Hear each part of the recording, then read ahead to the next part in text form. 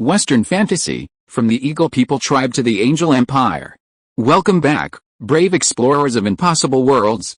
We are excited to have you here to continue this odyssey together. Before we continue, everything you'll hear is pure fiction, so please don't try to replicate combat techniques at home. This wonderful story in all its rights belong to its brilliant original author. We are only the messengers of entertainment.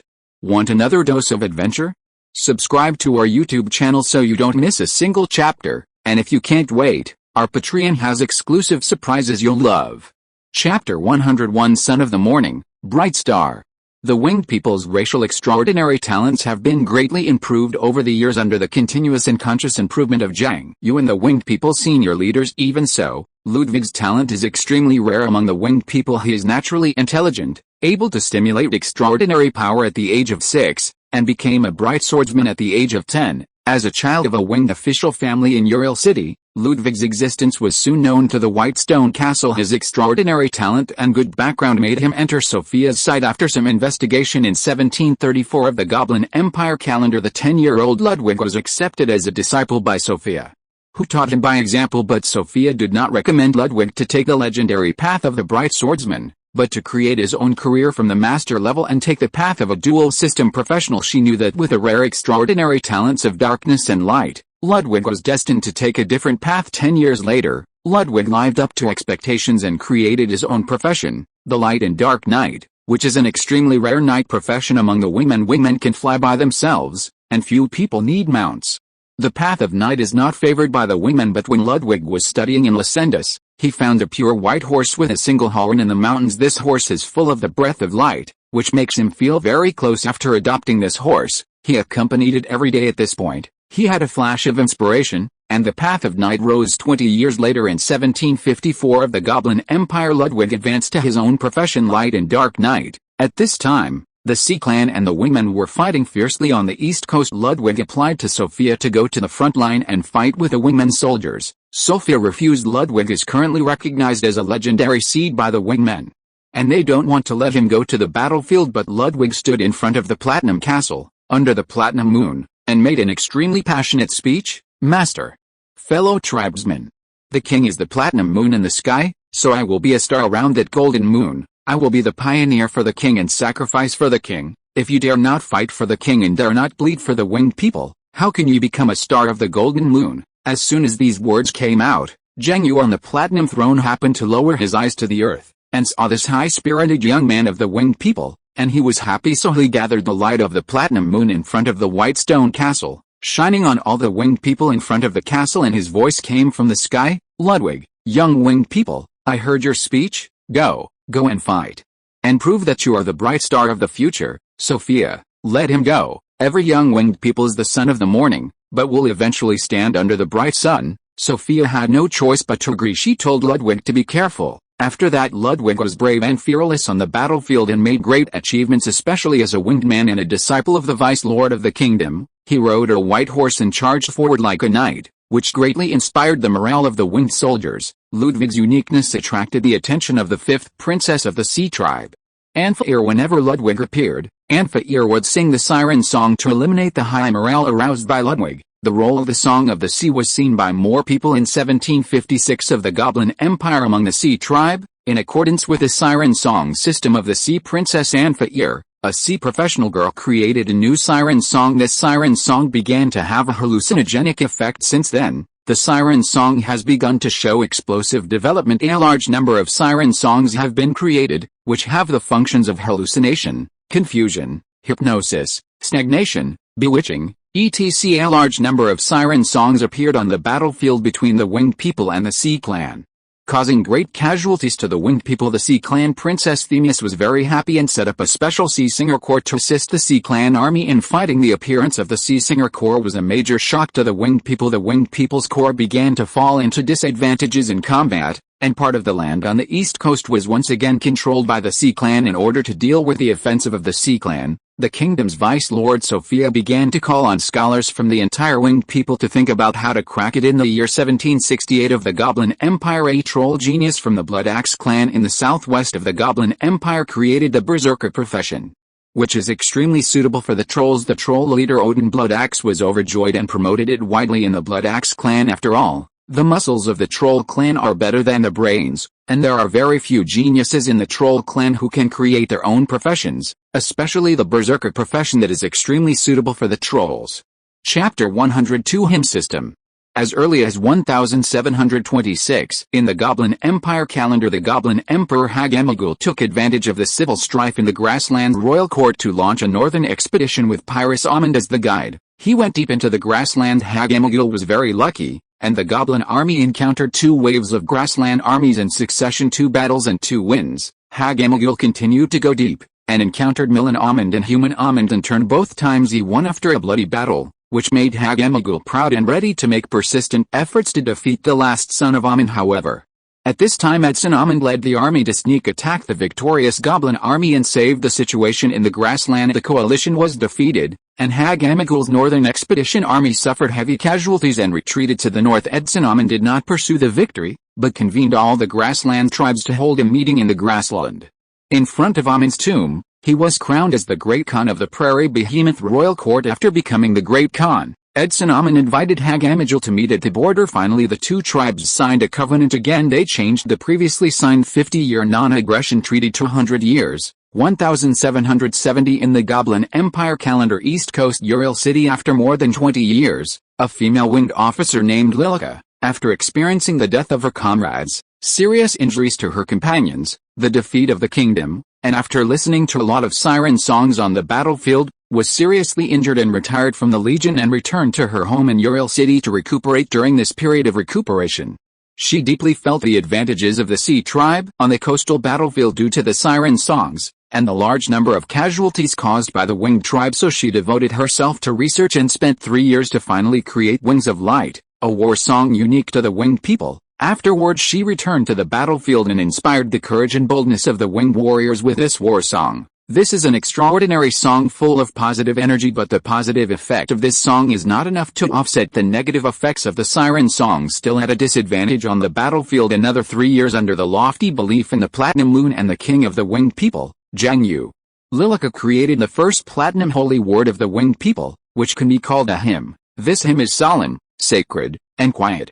When facing the siren song, it has a strong effect of breaking illusions, clearing the mind, and inspiring. After this hymn appeared, when a large-scale battle broke out again on the East Coast, the siren song Ocean Pearl on the battlefield sounded, the hymn Platinum Holy Word sounded, and the solemn and sacred hymn sounded throughout the battlefield under the Platinum Moon. Countless winged warriors shouted in unison. For the first time, under the influence of the siren song, the winged people defeated the sea people. Lilica became famous in one battle.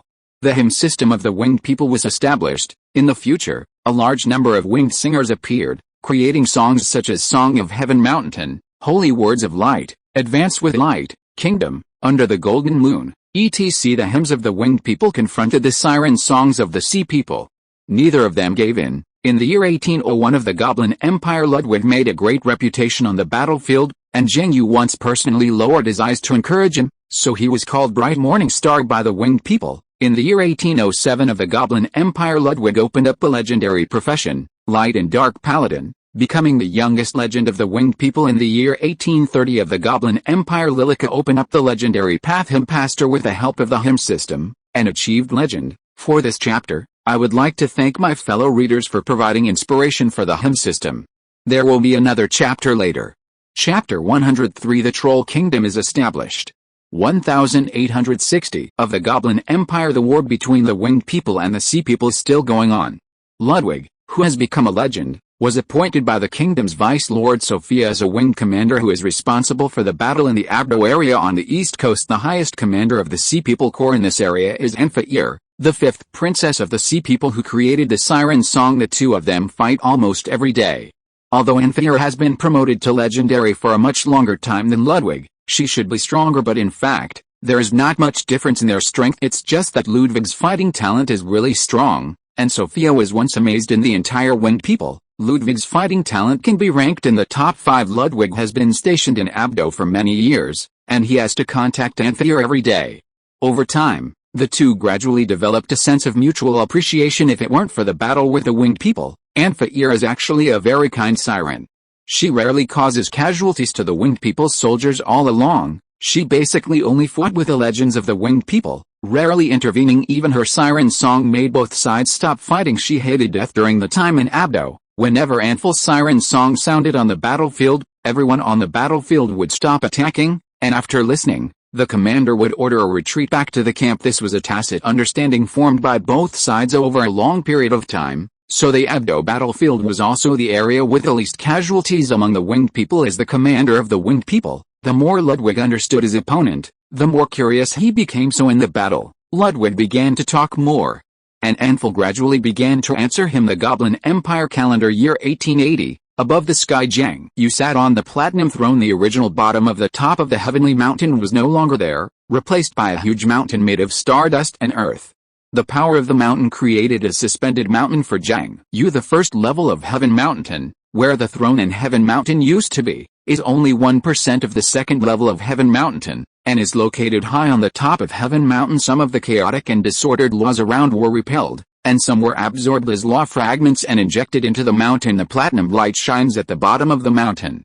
In the eyes of the outside world, the platinum moon in the sky seems to be a little bigger, but not obvious on the throne. Jiang You is shrouded in the platinum light, his body exudes golden light, and the vast will turns into the law of judgment, climbing up all the time. Behind him, the flawless white wings gradually become hazy, as if they are about to turn into real light. The pure white halo above his head drops wisps of white light. He still needs time. The Goblin Empire calendar 1900, the population of the Troll Blood Axe clan has exceeded 5 million at this point in time. Odin Blood Axe has led the Troll Berserkers of the Blood Axe tribe to defeat all the Troll clans, big and small, in the entire southern border, and not long ago, the last large troll tribe in the south took the initiative to submit. The trolls in the entire south are ruled by Odin Blood Axe. Several Grand Dukes of the south of the Goblin Empire have actually noticed the growing strength of the Blood Axe trolls. They have used various means to suppress the Blood Axe clan since hundreds of years ago, but they have not succeeded,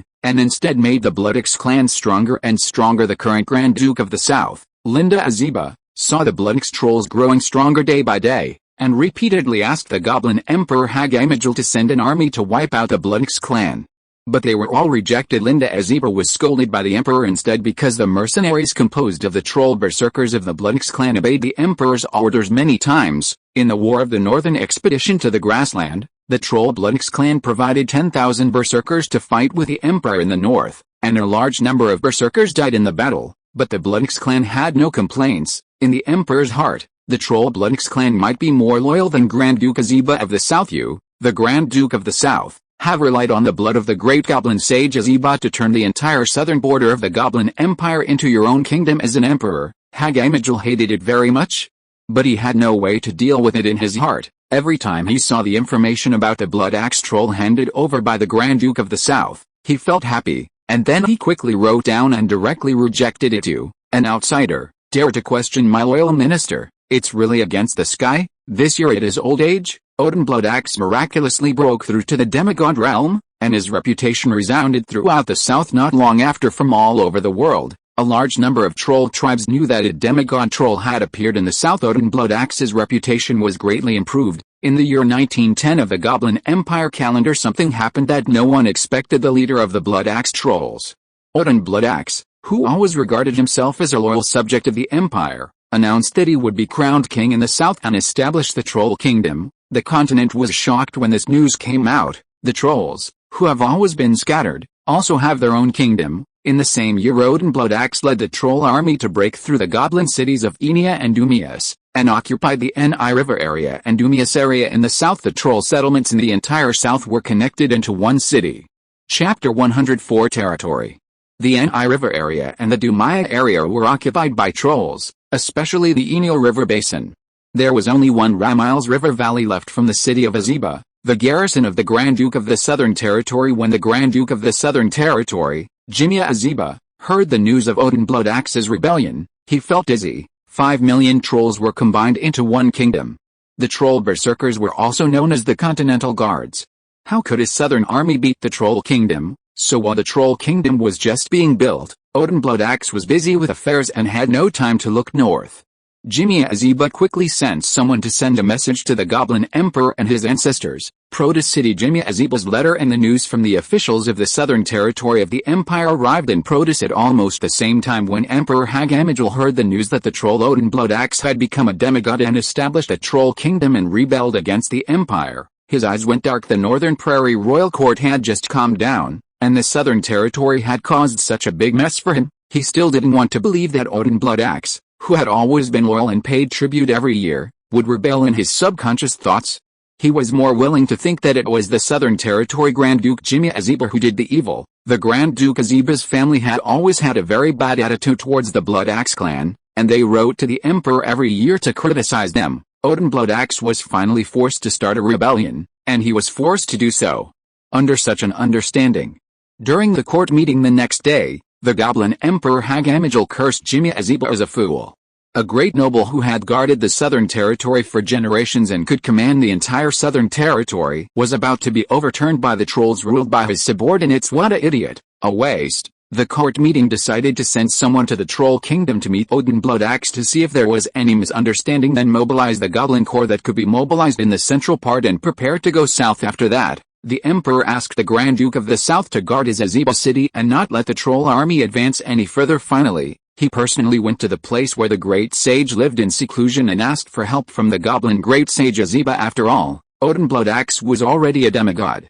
Most of the legends of the empire were in the north, and a small part was in the east.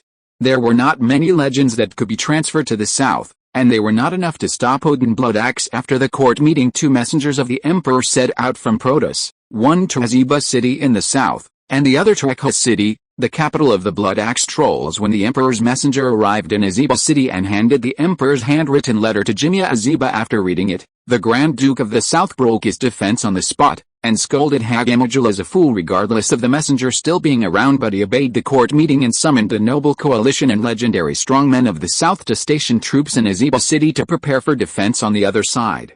Another messenger of the emperor also came to the capital of the troll kingdom, Ekher city, after a long journey, and met the loyal minister Odin Bloodaxe, who was in the emperor's mind when the emperor asked if there was any grievance, whether it was because of the excessive oppression of the Grand Duke of the South, Odin Bloodaxe, and the ministers looked around and laughed. He stood up and faced the messenger of the Goblin Emperor directly, laughing loudly. Go back and tell your emperor to either cede the south to the Troll Kingdom, or welcome the wrath of the Troll Berserkers. Goblin Empire Calendar 1913, the Troll Kingdom and the Goblin Empire broke out in a war in the south.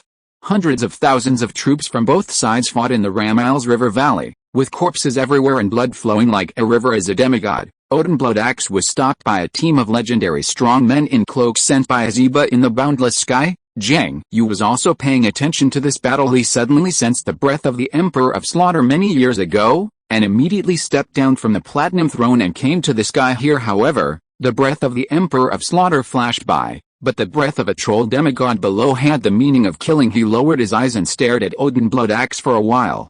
But he didn't do it. After all, Odin Bloodaxe's authority is indeed a derivative of the power of killing, but killing him will gain nothing. He is not the master of authority. Jiang You returned to the sky, continued to sit on the throne, and transformed and broke through in peace on the battlefield of Ramirez. Odin Bloodaxe's back was already wet when Jiang Yu's eyes fell. The threat of death followed him like a shadow. Fortunately, the platinum moon in the sky did not take him away in the end, and he no longer had the heart to continue fighting. So the war between the Troll Kingdom and the Goblin Empire ended. In the subsequent negotiations, the Goblin Empire gritted its teeth and acknowledged the existence of the Troll Kingdom, and then went east, south, west, and north. The Goblin Empire is surrounded by the Prairie King's Court, the Mountain Kingdom, the Swamp Kingdom, the Troll Kingdom, and the Winged Kingdom. The heroes are rising.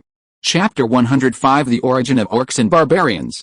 1938 of the Goblin Empire. Southeast coast of the Goblin Empire. Several huge goblin alchemy ships bid farewell to people at the port of Xlane. The ships carried thousands of goblins and bear goblins, as well as some eaglemen. They will sail far away to the eastern continent of Finnedan. This is an attempt made by the Goblin Empire to the outside world. The empire has fallen, and the goblins have to seek solutions. Sailing far away to find a new continent is one of them. In ancient records, Goblin scholars discovered that there is an equally huge continent in the far east of the Ferland continent. This batch of alchemy ships is the advanced team. The big ship set sail, and the original direction of the Goblin fleet was worthy of it.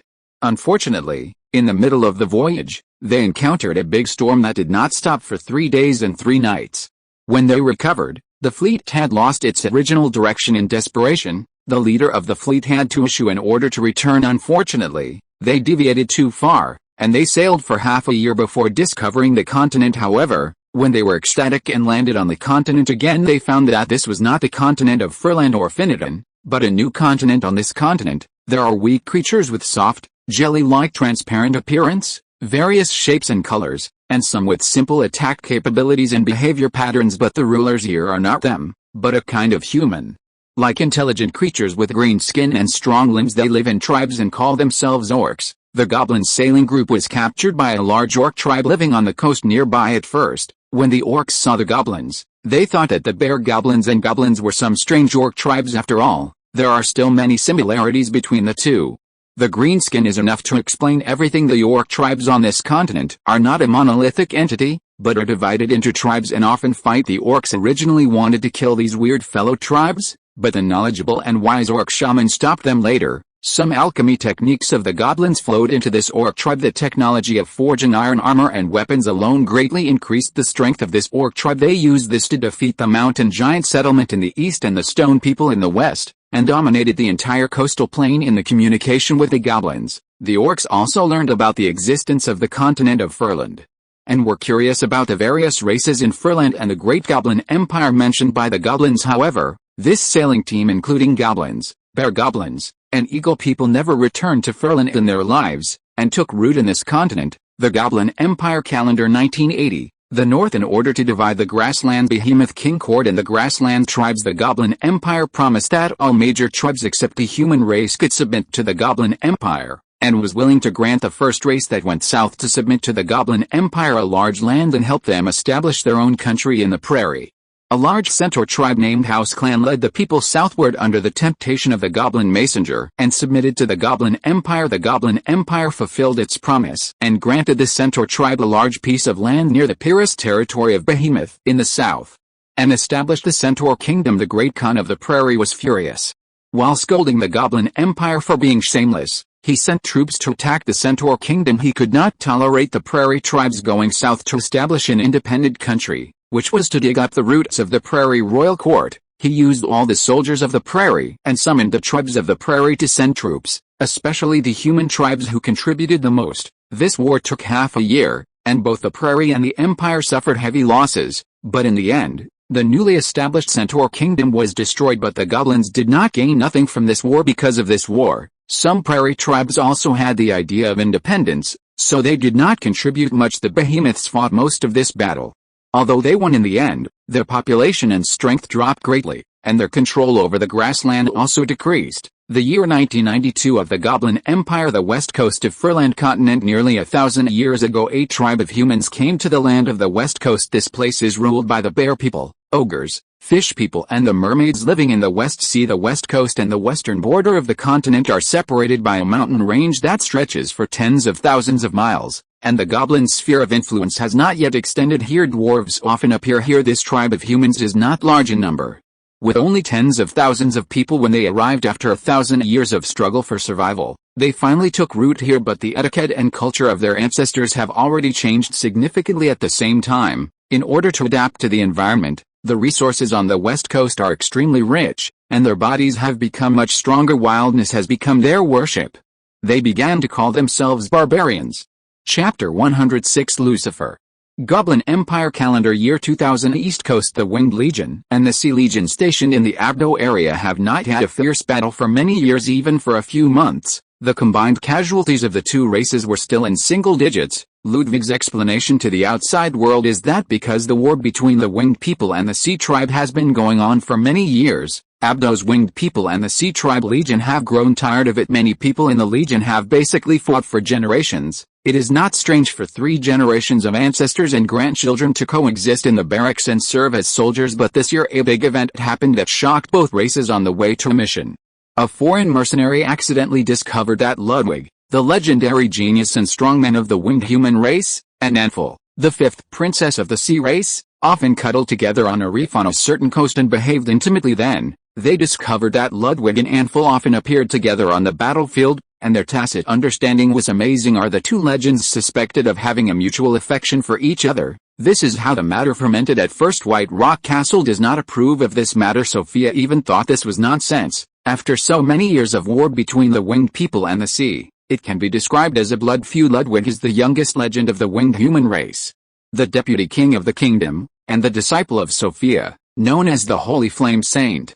Platinum Moon, the winged genius known to the winged king Jiang You, and the future morning star, actually got together with a princess of the sea tribe. No matter how you look at it, this is impossible. Any bloody winged human clan would like to kill all the sea clan. If Ludwig really came together with Princess Anful of the sea tribe, this would be unacceptable to all winged people. Waiting for this matter to really spread, Sophia of Whitestone Castle and Princess Themis of the sea tribe had no choice but to send people to investigate almost at the same time. The result disappointed everyone. Not only did Ludwig fall in love with a sea princess long ago, he even gave birth to a child. Moreover, when they were found by the winged human race and the sea race at the same time, it was in a small wooden house on the coast near Abdo. Anful's belly is still pregnant with a child who is about to be born. This day the wind is gentle and the sun is shining, and the waves are calm. Coastside Sophia, Erida and a group of winged legends, the elite winged army, were flying in mid-air above the cabin. Sea tribe Princess Themis, Miller,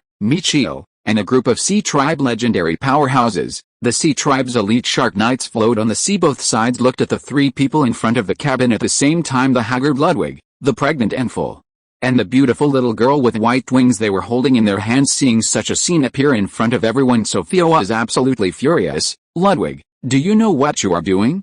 You are the morning star of the winged human tribe. Why are you getting involved with a princess of the sea tribe? She was really furious, and the hatred in her tone was clearly revealed. On the other side, also furious, was Themis, the eldest princess of the sea tribe.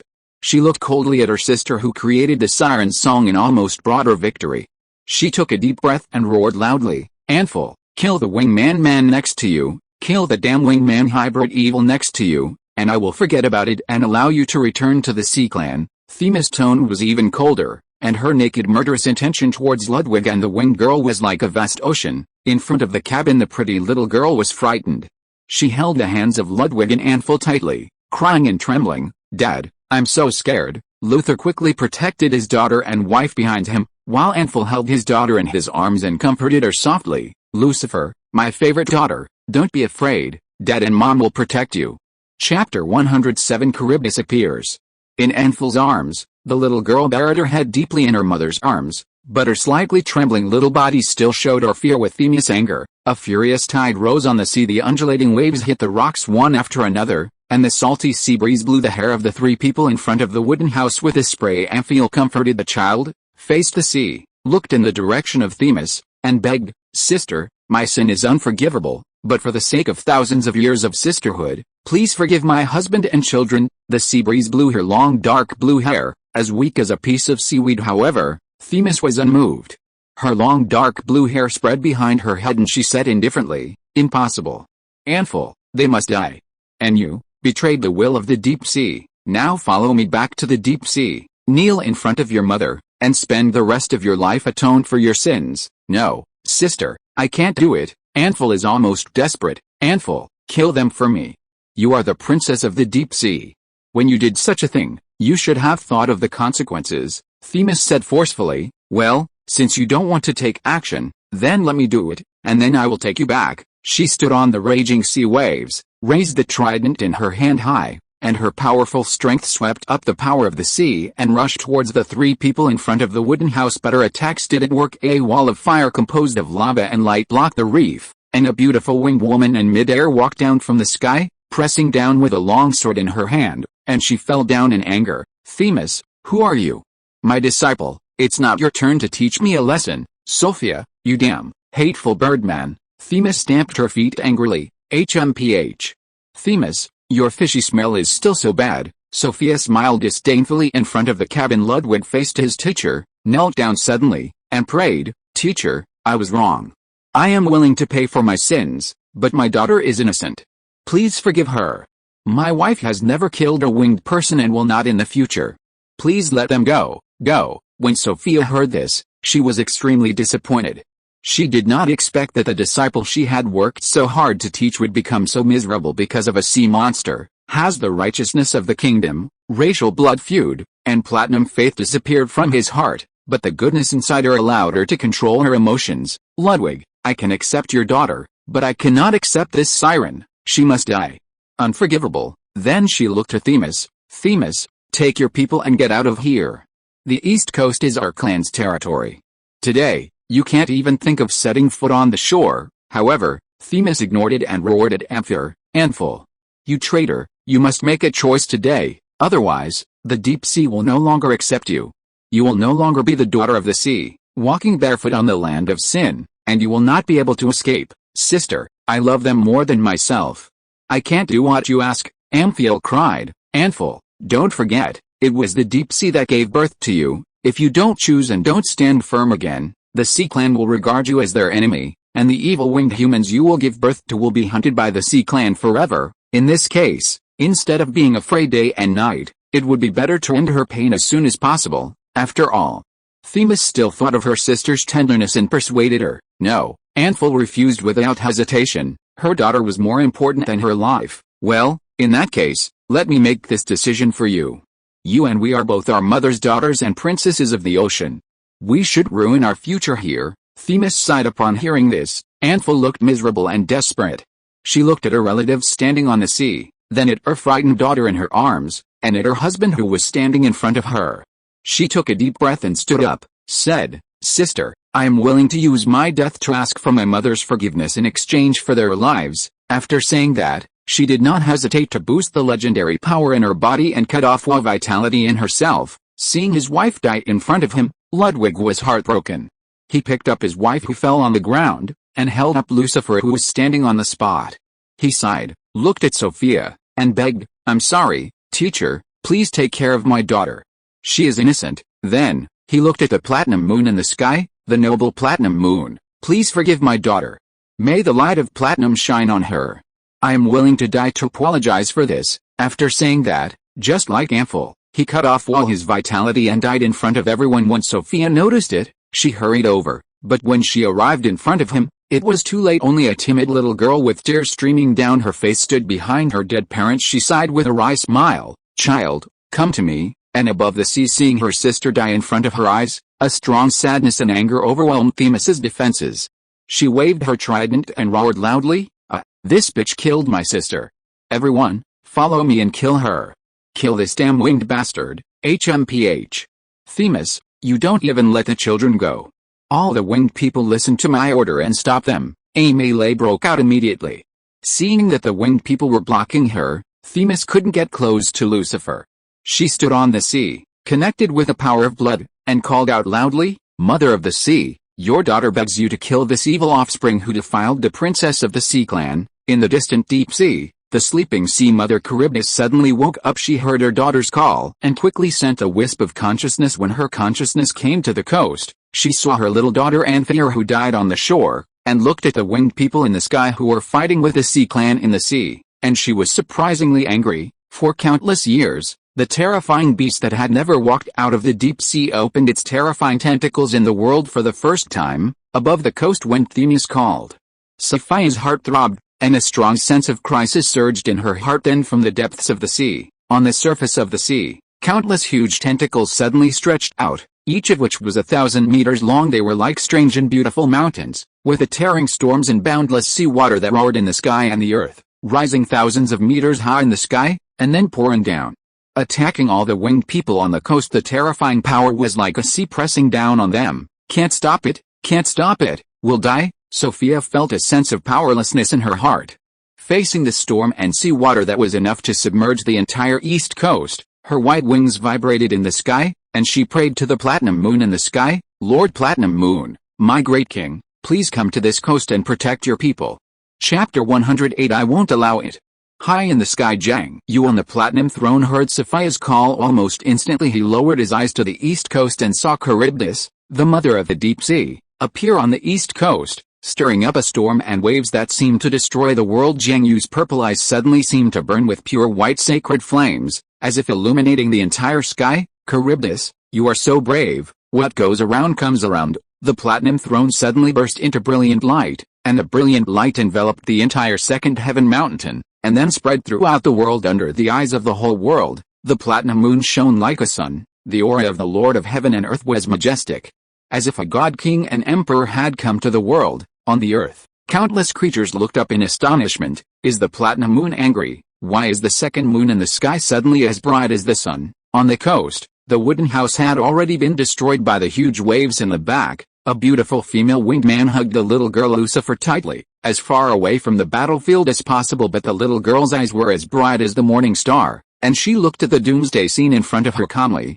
No longer weak as when her parents were around, it seemed that she had grown up in an instant on the battlefield. Countless winged people looked at the sky that was suddenly darkened by the huge waves, and looked at the behemoth that stood up from the sea, and trembled in their hearts. The transcendent storm swept in with the momentum of a tidal wave, and the world suddenly fell into chaos, and the platinum moon was covered just when all the winged people were in despair. In the sky, Jiang You held the purple gold longsword at his waist, stood up suddenly from the platinum throne, took a step, and walked down from the sky following the brilliant platinum light. He came to the sky above the coast, like a bright light beam shining through the darkness, and came to the huge wave that seemed to smash a sea, and drew his sword. Clang! The mighty sound of swords rang out, like a stone breaking the sky. In the depressed and disparate sight of Sophia, Areta and all the winged people present, the terrifying pressure from the Lord of the Deep Sea suddenly dissipated. A brilliant and magnificent sword light was like the dawn of the sky, flattening the surging waves and the storm of destruction. The entire sea surface suddenly fell into a calm.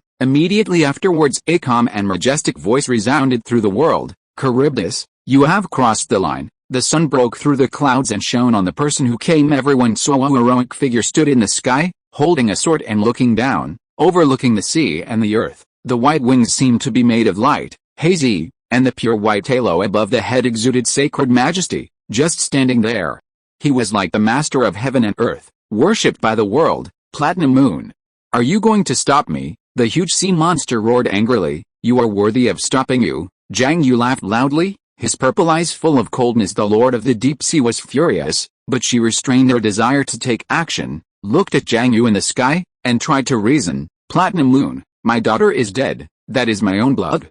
I spent countless times to breed the child, so what? The Lord of the Deep Sea took a deep breath. Today's matter.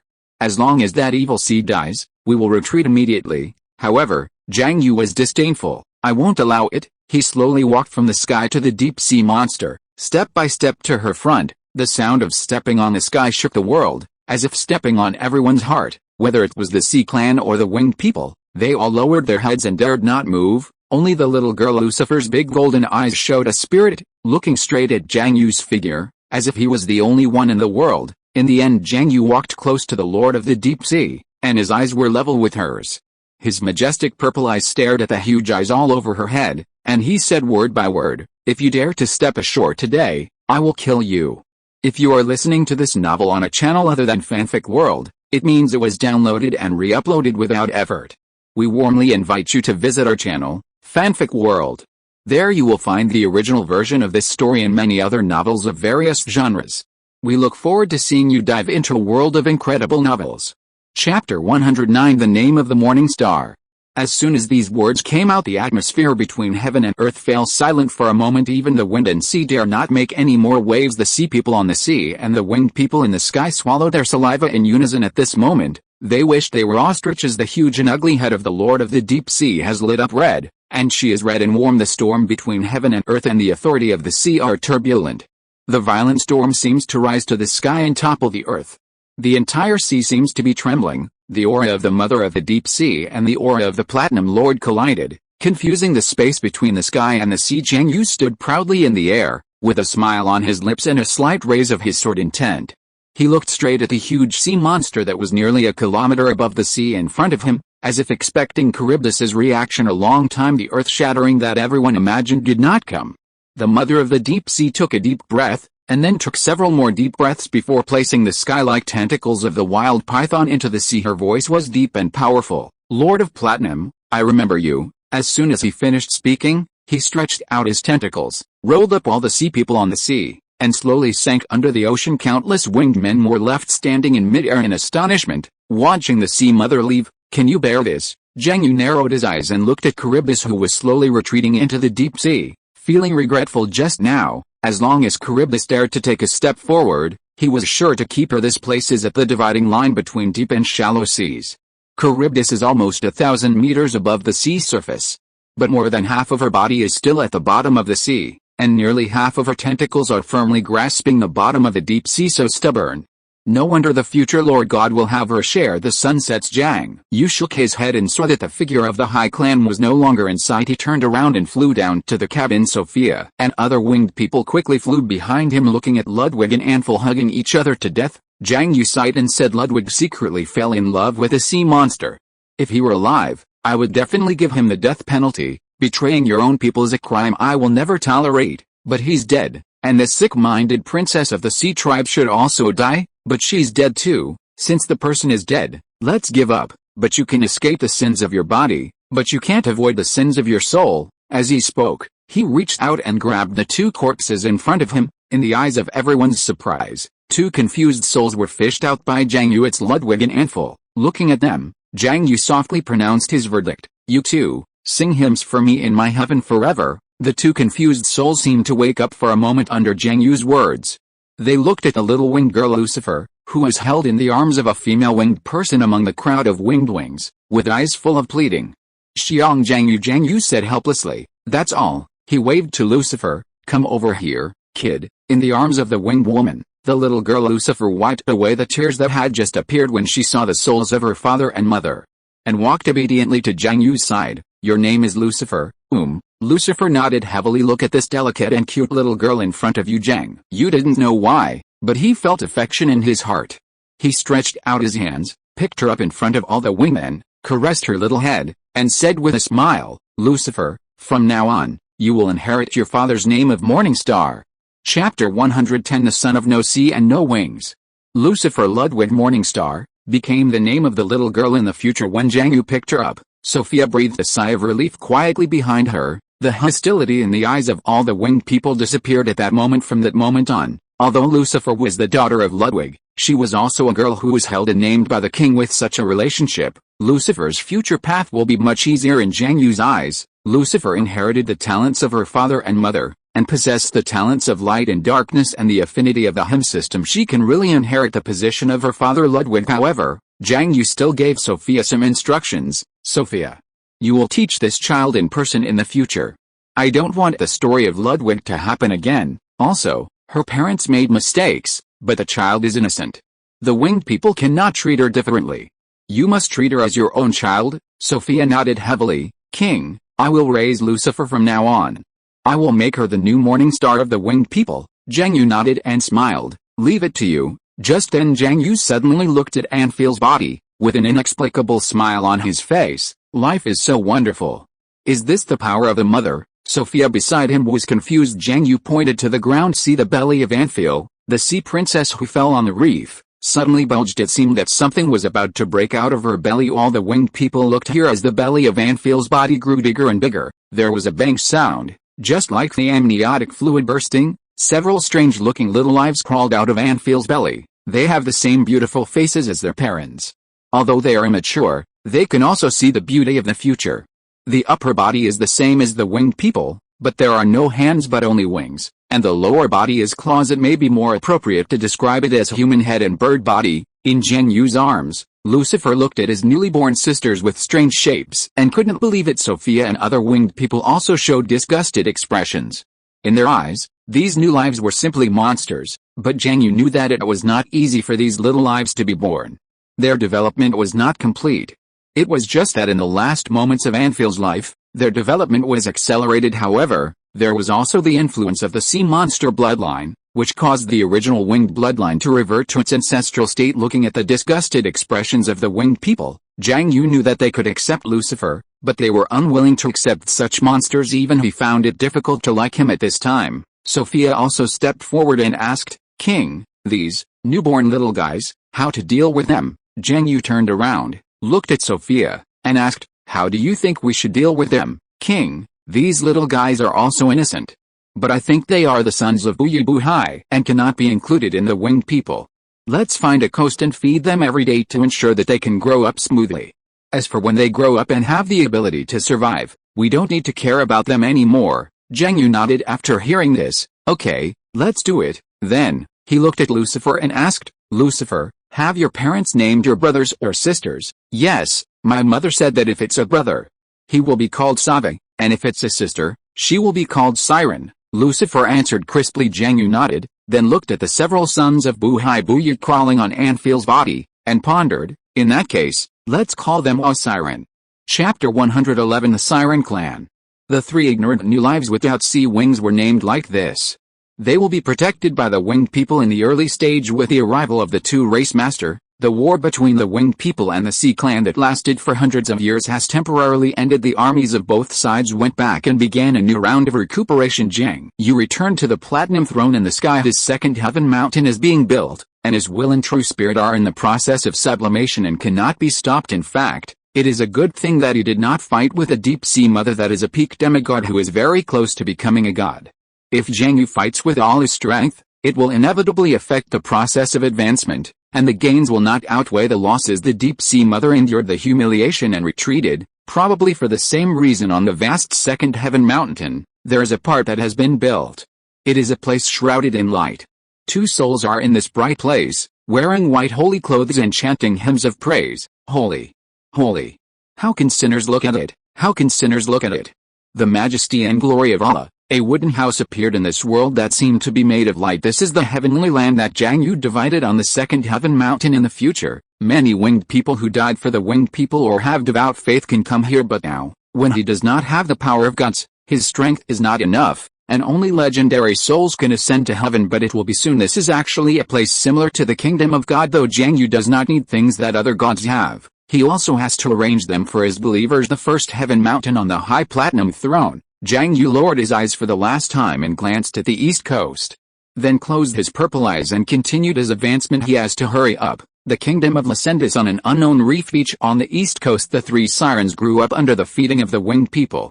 Their growth cycle is very short, and they will become adults in a few years. After these sirens grow up, they leave the beach where they grew up and fly to other places. The winged people don't mind them continuing to live here, but they won't let them do many things they want to do. Sirens are free by nature. They like to live between the sea and the land. They inherited their mother's beautiful singing voice. They often sing on the coast, confusing the intelligent races passing by, mating with them or killing them no matter which race they mate with. The children born are sirens, females. This seems to be a powerful racial talent in the future. They will reproduce a race called the sirens and their sister. Lucifer's situation is completely different. Lucifer was brought back to Ural City by Sophia, taught carefully, and taught the professional system. Lucifer was extremely talented, just like her father. She could use extraordinary powers at the age of 6, became a swordsman of light at the age of 10, and could sing hymns skillfully at the age of 15. Sophia was also very concerned about Lucifer's education. In order to prevent the tragedy like Ludwig from happening again, Sophia simply instilled in Lucifer the same concept of not getting married as herself, and to be loyal to the race and the king forever. She regarded herself as Lucifer's mother. Arietta often came to play with Sophia, and every time she came, she taught Lucifer swordsmanship. This made Lucifer improve in all aspects. Sometimes Lucifer still thought of her parents, and she would go to see her unusual sisters in her spare time. Every time she went, she would bring a lot of delicious and fun things, but her siren sisters didn't seem to appreciate it. They accepted all the food and toys she brought, but they hated Lucifer more and more just because in their hearts, why are they both the children of winged people and sea monsters? Lucifer can be adopted by the vice lord of the kingdom, while they can only be fed on the reef beach and grow up like wild dogs begging for food. The blood of sea monsters made their psychology twisted and unwilling. They envied Lucifer's life, which was out of their reach. So when Lucifer was 10 years old, the siren sisters scolded Lucifer and chose to fly far away, leaving the place where the winged people fed him. They have grown up, which is caused by their bloodline being more inclined to sea monsters, and Lucifer's bloodline is mostly inclined to winged people under the inherited bloodline of their parents. The sirens also have a certain extraordinary power, and even their singing has the power of the siren's song. This gives them the power to protect themselves and can gradually become stronger with the years. The departure and scolding of the siren sisters was a major blow to Lucifer. She became calm, perseverant, and keen on practicing. Moreover, she decided not to completely follow her father's career path, but hoped to open up a new legendary path. She will be better than her father. Sophia thinks so. In the year 2038 of the Goblin Empire calendar, the 7th Goblin Empire Emperor Hagamagil died. This is the only Goblin Emperor who has broken through the legendary realm since Amagil, but unfortunately, He did not become a demigod like his ancestor Amagil after Amagil died. The young Prince Welland Amagil inherited the throne. The succession of Welland Amagil was uneventful. The Goblin Empire was now plagued by internal and external troubles. The seemingly lofty throne of the empire was actually a mess. Chapter 112, The Troll Kingdom and Number 039, S. Northern Expedition. North of the empire there is the Prairie King Court of the Behemoth clan, which is currently the biggest enemy of the empire. East of the empire the winged people rose up and established a Lascendis kingdom.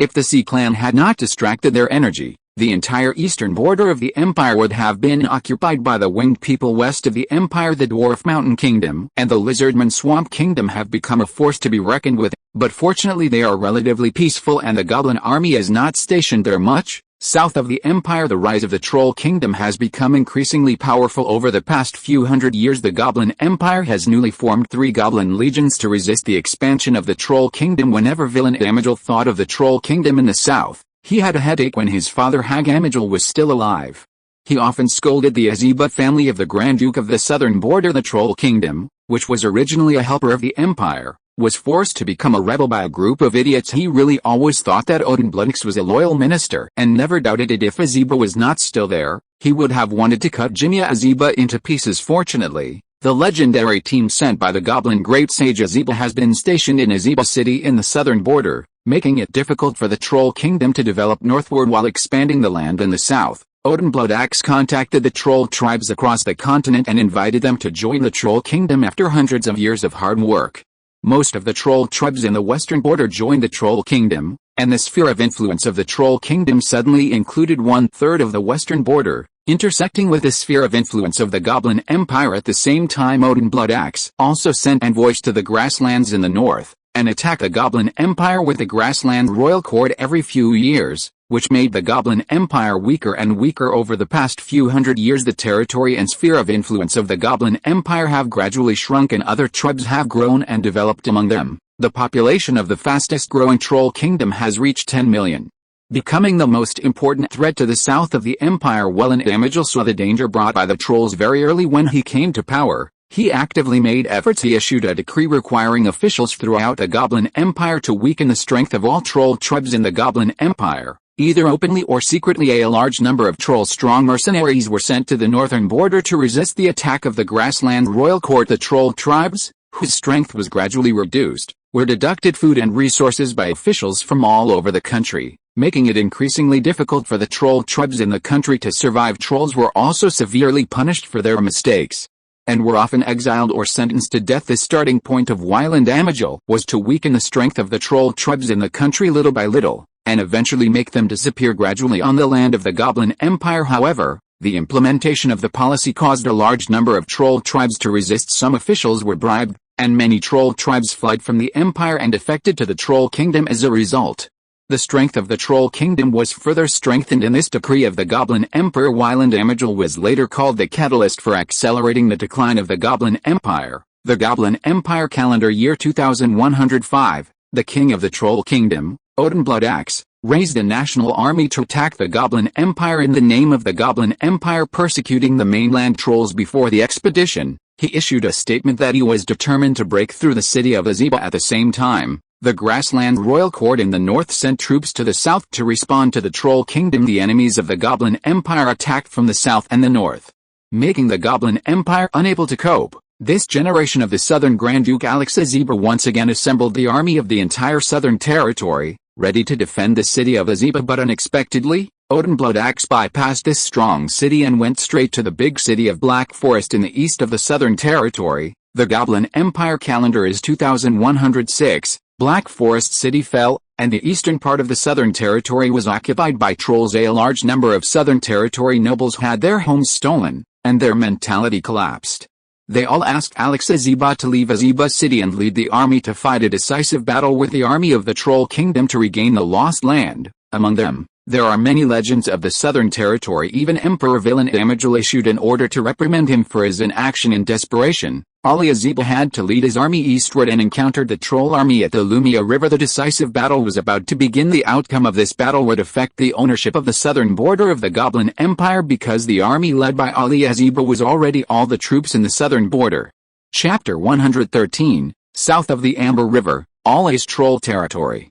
Near the Suumil River is a large plain. Aliaziba's goblin army is to the west of the river, and Odinbludix's troll army is to the east of the river. The two armies faced each other across the river at this time. The goblin clan with higher alchemical technology has an advantage in the sky. A large number of airships covered the sky and poured magic fire towards the troll army, with a large group of hawks guarding them on the ground. The alchemy cannon fired one round after another, hitting the trolls on the other side. Under normal circumstances, such an outpouring of firepower would be enough to defeat an established army, but the trolls are different. They have the largest number of berserkers on the continent. One troll berserker rushed to the front. They faced artillery fire and long-range extraordinary attacks, and rushed to the other side holding a piece of wood, completely ignoring the casualties. The berserkers are all extraordinary beings. Odinbludix placed almost the entire army of berserkers at the front of the array, making a desperate effort to defeat the goblins, and he himself took the legendary warriors of the troll clan into the sky, and faced off in the sky with the high-end combat power of the goblins. Although he has been a demigod for many years, Odinbludix's strength has not improved much, but his skills have become more and more exquisite, a bit like Sophia and Erida of the winged people. The troll berserkers, who were not afraid of death, charged across the river continuously and fought regardless of death, and soon defeated the front army of the goblin army. When Aliaziba wanted to gather his legions to encircle and suppress the troll berserkers, a large number of trolls were already crossing the river through the pontoon bridges paved with their lives by the berserkers and ice professionals to support the trolls' warriors. The armies of both sides came into full contact and fought violently. The morale of the goblin front army had been shattered by the berserker warriors, and the chaos spread to the rear. The armies composed of nobles from all over the country collapsed instantly. Only the three legions of the Empire and the Central Army composed of the Grand Duke of the Southern Territory's own legion had been holding on. The troll army surrounded them, and after holding on for an hour, the goblin army was all wiped out. Aliaziba refused to break out until he died in battle because he knew that after losing this battle, the entire principality of Aziba would be occupied by trolls. He would rather die in battle than be the subjugator of the country. The truth was as he expected. After the goblin southern army was defeated, the troll army marched straight in and quickly occupied the major southern cities such as Mavila, Akalitar, and Yinurban in the western part of the southern territory. Finally, the army came to the city of Aziba. Mando Aziba, the son of Grand Duke Aliaziba, refused to surrender. The trolls sent an army to attack the city. 7 days later the city was broken. Odinbludix announced the massacre of the city and would not seal the sword for 3 days. This is a blood sacrifice to the god of slaughter. In the entire Aziba city, the largest city in the southern border of the Goblin Empire, nearly 1 million goblins were massacred in 3 days, which shocked the mainland. After hearing about the battle, Goblin Emperor Wyland Amagul of the Protus Palace was shocked and angry. He even called Grand Duke Aziba a loser and hurriedly sent the Imperial Guard south to garrison the Amber River. The Imperial Guards collected their defeated troops and stationed themselves in the north of Amber River. This time, the Goblin army learned wisely and could not stand firm. Even if the Troll army wants to take a detour, it will only be stationed in important cities. After several trials, the Troll army did not dare to go deep. After leaving a part of the garrison south of Amber River, they withdrew the army. As a result, the southern border and the entire land south of the Amber River were occupied by the Troll Kingdom. The territory of the Goblin Empire shrank again. Goblin Empire calendar year 2145. Odinbludix moved the capital to Aziba City and changed the city's name to Balu City, the Troll King's City. Goblin Empire calendar 2155. A troll tribe on the grassland tamed the giant grassland wolf as a mount, and the wolf cavalry profession was born. At the same time, the Reinhardt family of Sancha River tamed the prairie lion horse, and the golden lion knight profession was born. Goblin Empire calendar year 2167. The army of the Prairie Royal Court marched southward, with the troll wolf cavalry and the human golden lion knight as the vanguard. They won all 9 battles and their reputation spread throughout the world. The southern Troll Kingdom attacked Amber River from the north as promised. May the grassland army broke through the important northern city of Yabad, and the commander of the first northern army, the goblin legend Rygo, died in the battle. The northern army was defeated, and the prairie army marched straight in, even defeating the major northern cities of Harris, Melanson, and Polek. Finally, it stopped at Mohan City, north of Garzo City. The goblins quickly mobilized the western and eastern legions to go north this time. The grassland army was not prepared to get a vote and leave the weakness of the Goblin Empire, and the victory achieved by the southern Troll Kingdom made Behemoth Great Khan Edsonaman believe that the occupied northern lands of the Goblin Empire can now be controlled by the Prairie Royal Court. After the Goblin Empire's northward supporting army arrived at Gartha and Mohand, they ultimately failed to regain their lost territory and had to establish a new border defense line along the Owls River in the central part of the north. The territory of the two countries is tentatively determined. Goblin Empire calendar year 2168, because of the outstanding contributions of the Reinhardt Human Knights and the Troll Wolf Cavalry. Edsonaman granted the Polakland to the Reinhardt family, and the Herefland to the Giant Wolf clan of the Trolls. Melanson territory is directly under the jurisdiction of Beeman Royal Court. Chapter 114 Return to the Homeland. Year 2169 of the Goblin Empire. Before dusk the land was illuminated with a golden glow. Nearly 1,000 armored human knights held high 3 flags and entered the Polak territory. 1 flag was a proudly standing golden lion, 1 flag was a roaring behemoth flag, 1 flag was a platinum moon flag. They respectively symbolized the Reinhardt family, loyalty to the Prairie Royal Court, and belief in the platinum moon. And on their backs, the golden lion pattern of the Reinhardt family was also printed. They are the golden lion knights of the Reinhardt family, who are feared in the prairie and the north, and are famous in the battles to the south. In the second year after the Behemoth Royal Court granted Polak as a territory, the current head of the Reinhardt family, Wend Reinhardt, led the family's elite, the Golden Lion Knights, westward to the fief. Then they did not go to the Goblin Forge in the south of Polak, but came to the north of Polak, to a castle ruin that had long been deserted. When the neat sound of horse hooves resounded in this desolate land, the beasts were awe-startled and the birds flew away. After many years the human race finally set foot on this ancestral land again. All the human knights could not help but burst into tears.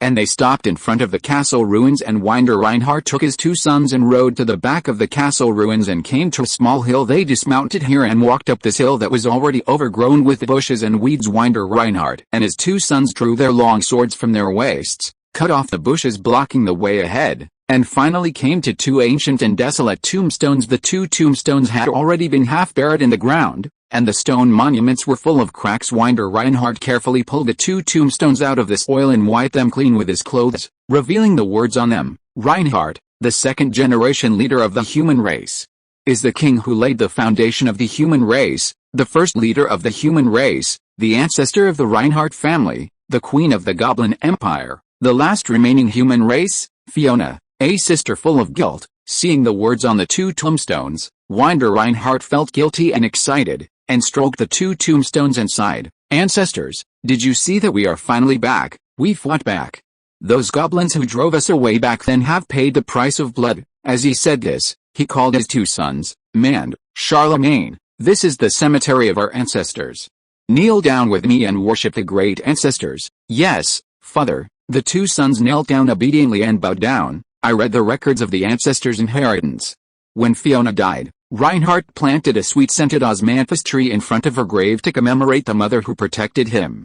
Unfortunately, after a long time, the sweet-scented osmanthus tree is gone and weeds are growing. Winder Reinhardt sighed and turned to look at his 2 sons. In the future, who of you is willing to plant a sweet-scented osmanthus tree here again and protect it forever? The 2 brothers looked at each other and guessed the meaning of their father's question. The Reinhardt family has been on the grasslands for nearly 1,000 years and has long developed the tradition of the youngest son inheriting the business under the light of the setting sun. Looking at the encouraging eyes of his younger brother Charlemagne, brother Mand looked up at his father and said seriously, Father, I am willing to plant a sweet-scented osmanthus tree here and protect it for generations. Okay, Mand. Since you are willing to take on this responsibility, then the Polak territory will be ruled by you. Are you willing to accept this important task? I am willing, father, Mand Reinhardt said firmly. Winder Reinhardt smiled with relief, then stood up and looked down at the plain from the hill. From today on, this hill is a forbidden place for our clan, and will be managed by the Reinhardt family for generations. Mander, you must protect this hill and the territory of Polak. Now that we have regained it, we can't lose it again. Yes, father. Mander Reinhardt nodded heavily. The last rays of the setting sun fell on the earth until they sank into the horizon. In the sky, 2 dazzling moons appeared in the sky, and the light of 1 gold and 1 silver spread all over the world. Winder Reinhardt looked up at the platinum moon in the sky and smiled at his 2 sons. My sons, do you know the origin of the platinum moon in the sky and the Reinhardt family? The 2 brothers looked at each other and answered, Father, The platinum moon is the faith of our people in Sancha River and the faith of the Reinhardt family. He is indeed our faith, but there is one thing you don't know, however. Since Mander is about to inherit the Polak territory, I will tell you in advance that the platinum moon is the biggest secret of my Reinhardt family. Winder Reinhardt inserted his sword into the ground, stood with his hands behind his back, looked at the platinum moon in the sky, and said softly, "The platinum moon in the sky is also the ancestor of our family and the source of the bloodline of my Reinhardt family. How is it possible?" The two brothers looked at each other and were extremely surprised. In their hearts, the platinum moon has always been a faith and a great king. They have never thought that they have the bloodline of the platinum moon in the sky. This is true. Children. More than 2,000 years ago, our ancestor Fiona and the lord of the platinum moon Jiang You gave birth to a child. That child was our ancestor, the source of the family, the great Reinhardt. But isn't Fiona's ancestor the goblin princess? Charlemagne wondered. Look at yourself, do you look like a goblin? When Reinhardt said speechlessly, the ancestor of Fiona became the goblin princess in name only. In fact, she and the goblin emperor Amagul were not married. I see. The two brothers were stunned. Also, the great king sitting on the platinum moon is our Reinhardt family's biggest trump card. We can only ask for his help when the family is in the most danger. Don't waste the affection of our ancestors easily. Although we are his descendants, after so many years, we have long lived up to the intimacy we had during the time of ancestor Reinhardt. Keep the respect, the faith, the love. In this way, our clan will always have a chance to come back. When Reinhardt repeated the motto passed down from his family, the two brothers nodded in confusion. In fact, they were still reeling from the shock of the news. Right, Wind Reinhardt looked at the 6 words Princess of the Goblin Empire on the tombstone, and it was dazzling. No matter how he looked at it, he took a deep breath, pulled out a long sword stuck in the ground, carefully scraped off the 6 words Princess of the Goblin Empire, and then nodded with satisfaction, feeling much more comfortable. How can a mere green-skinned dwarf be worthy of my ancestor, Reinhardt? Ancestor, I'm offended. Behind him, the two sons were stunned. Can this be shaved too? My father is too courageous. The words on the tombstone were carved by our ancestor Reinhardt. At that time, the human race was still a subsidiary of the goblins, so it was natural to write this sentence. But if you think about it carefully, how could our ancestor Fiona be willing to? How about engraving this sentence on your tombstone? When Reinhardt explains, then he looked towards the south again, and a light seemed to light up in his eyes. Sooner or later, these green-skinned dwarves will drive them into the wilderness to keep company with their brother goblins. Mander, Charlemagne, write down these words of mine and make them a family motto. Okay, Dad. Also, Mander, after I return, I will send the portraits of the ancestors on the platinum moon to Polak to get a copy. I guess our ancestors will come to this place again. Year 2170 of the Goblin Empire. The Reinhardt family moved 50,000 people from the Trifork River and 3,000 elite soldiers to the Polak territory to open up territory. Mander Reinhardt becomes Lord Polak. Year 2173 of the Goblin Empire. Mander Reinhardt rebuilt the new Polak city, and tore down the Goblin Polak city to the south and rebuilt it. Year 2259 of the Goblin Empire. Mander Reinhardt died in battle by the Als River, and his son Schumann Reinhardt succeeded to the position of Lord Polak. Year 2279 of the Goblin Empire. After giving birth to 7 more daughters, Schumann Reinhardt's first son, Arthur Reinhardt, was born. Chapter 115. Lucifer and number 039, S Travels and the Appearance of the Red Dragon. Lucendis Kingdom. Goblin Empire. Calendar 2150. Lucifer left the east coast city of Uriel and traveled around the continent in search of a breakthrough in the legendary aura. At the same time, he spread the faith of the platinum moon. The winged people are now a great power in the east of the continent, and many forces on the continent are unwilling to defend the winged people who travel far away. And because the winged people blocked the attack of the sea people for 1,000 years and indirectly protected the continent, all the tribes on the continent are willing to give them convenience. This is not all for the sake of building a good relationship with the powerful winged kingdom. Lucifer, as Sophia's adopted daughter, was held by the platinum moon, and her actual status was similar to that of a princess of the kingdom. Lucifer started from the south and first went to the mountain city of Lamanda. There are more than 100,000 gargoyles sleeping there. To be honest, this group of gargoyles has a characteristic that the winged people envy. That is, as long as they fall into deep sleep, they will become like stones, in a state of neither life nor death, almost immortal. When Lucifer walked into the sleeping city, she sighed at the gargoyles sleeping like stones all over the city. I will definitely find a way to save you. Then she continued to go south and came to Koslang on the southeast coast. At this time, Koslang port was extremely prosperous. Because of the sailing incident that year, the goblin fleet of thousands of people disappeared, which attracted the attention of the Goblin Emperor, so he increased his investment here. In fact, this is the retreat that the goblin nobles found for themselves when Lucifer arrived here. He saw the large sailing ship created by alchemical technology for the first time. Later Lucifer traveled to the Troll Kingdom. Although she was welcomed by the Troll King Odin Bloodix, she always felt a hidden malice in his palace. Then, she hurriedly left the Troll Kingdom and went to the Swamp Kingdom and the Mountain Kingdom. What made her curious was that these two kingdoms, like the Troll Kingdom, had their own beliefs. Continue to go west. She stepped into the west coast of the Ferland continent and saw the barbarian tribes, bear tribes, fish tribes and ogre tribes living there. At that time, a two-headed ogre was born in the ogre tribe, and was attacking the barbarian territory. The barbarians were defeated and retreated step by step. Lucifer remembered what his teacher said, that the human race was actually related to some of the king's plans, so he handed over the berserker professional system stolen from the Troll Kingdom to the barbarian tribe. So the barbarian tribe that worshipped wildness gradually gained a foothold. Later they were grateful for Lucifer's help, and they also worshipped the platinum moon in the sky, and called Lucifer a Valkyrie. Although in the end, the barbarians chose to go north to avoid the development of the ogres, the legend of the Valkyrie still circulated. Lucifer continued to go north and came to the far north of the west. There is a place called the Momed area, which has dozens of human city-states of various sizes. The largest city-state is called Momed City, where the Momed family of mermaid blood is located. The Momed family could have become the king of the human race in the far west north and established the first human kingdom, but because they killed all the members of the Reinhardt family in the far west north in order to consolidate power, the human race was alienated. Various human tribes left Momed and established new city-states, and the blood race became cold to the Momed family. Because of this, the Momed family could only get close to the mermaids. As for Lucifer's arrival, these human city-states were indifferent. They worshipped the blood race's true ancestor and made friends with the blood race and the mermaids. But because of the lack of external enemies, these dozens of human city-states began to attack each other. After they grew stronger, Lucifer recorded this area and continued to go north to the blood race castle. The blood race did not welcome her, and she did not force her way in, but went east. This time, she walked on the ice region plateau. The vast plateau and the giant creatures on it made her curious, and the sea of sky in the plateau also shocked her. She felt a long-lost feeling of breakthrough and spiritual light here, and stopped at the shore of Cheyenne, practiced, and broke through the legend. 2,200 years of the Goblin Empire. The Sea Tribe has not attacked the East Coast for 200 years. The winged people have made rare developments. Sophia decided to expand the territory to the north and connect to the winged people's enclave Cheyenne. They occupied the Anlin River Valley and the Odlow Mountains, and the goblins and trolls living there were forced to leave. This action made the relationship between the Goblin Empire and the Winged Kingdom even worse. It also made the Troll Kingdom condemn the actions of the Winged Kingdom and accepted the Troll tribe of the Odlow Mountains. 2,222 years of the Goblin Empire. Lucifer successfully opened up the legendary career path on the shore of Cheyenne.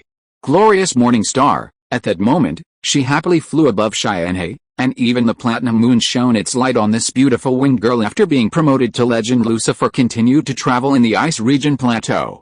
The ice region plateau was so vast. Here she saw the behemoths who dominated the grasslands, the frost giants who rode mammoths, and large creatures such as the ice giant bear and ice giant wolf. Here, even rabbits were as strong as cows. She was a little curious about the reason for this huge change, but she couldn't find it. After searching for several years afterwards, Lucifer went south to the grassland and came to the land of the human race in Sancha River. He met the old patriarch of the Reinhardt family, Wend Reinhardt, and was warmly welcomed by them. After learning that Jiang You had stayed here for a while, Lucifer prepared to follow Jiang Yu's route to the Fenadin continent. The year 2229 of the Goblin Empire. Lucifer landed on the Fenadin continent. He arrived at the natural forest of the elves without any danger along the way, and met the elf king Altace and the current patriarch of the Windwings, Lassen Lifeng. Compared with hundreds of years ago, the elves at this time are closer to the future, at least in Lucifer's eyes. She can no longer see that they used to be trolls. Lucifer stayed here for a long time. She saw many demigods on the Fenadin continent. The power of the demigods made her have ideas in her heart. She didn't want to take the road of human legends, but wanted to take the road of demigods and then sublimate into gods. The road to becoming a legend in the world is too difficult. It was the road that Sophia and Erida had taken, but they both failed. Although the road to becoming a demigod is also difficult, There are many demigods alive. Lucifer felt that the road to becoming a demigod might be easier, but such a road would conflict with a platinum moon, which made her very distressed. Lucifer was still determined in the struggle. She wanted to continue her teacher's ambition and take the road to becoming a legend in the world. She wanted to create a hope for the winged people of the future. After that, Lucifer returned to the mainland, landed on the north side of the east coast in a large forest near this coast. She found a legendary red dragon driving a group of dog-headed men and goblins to build a dragon's nest for him. Lucifer had never seen a dragon, but she had heard of the legend of the ancient dragon. The king on the platinum throne once killed 4 ancient dragons, and now their corpses are still in the land of Mount Heaven. The aura of this red dragon made her very uncomfortable, but it did not reach the level of demigod, but only the legendary realm.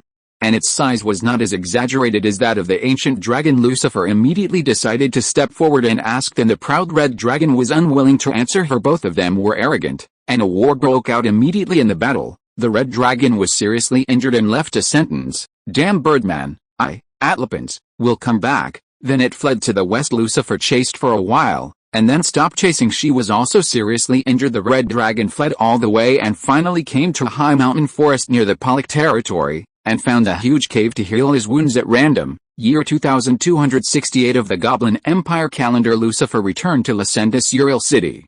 If you are listening to this novel on a channel other than Fanfic World, it means it was downloaded and re-uploaded without effort. We warmly invite you to visit our channel, Fanfic World.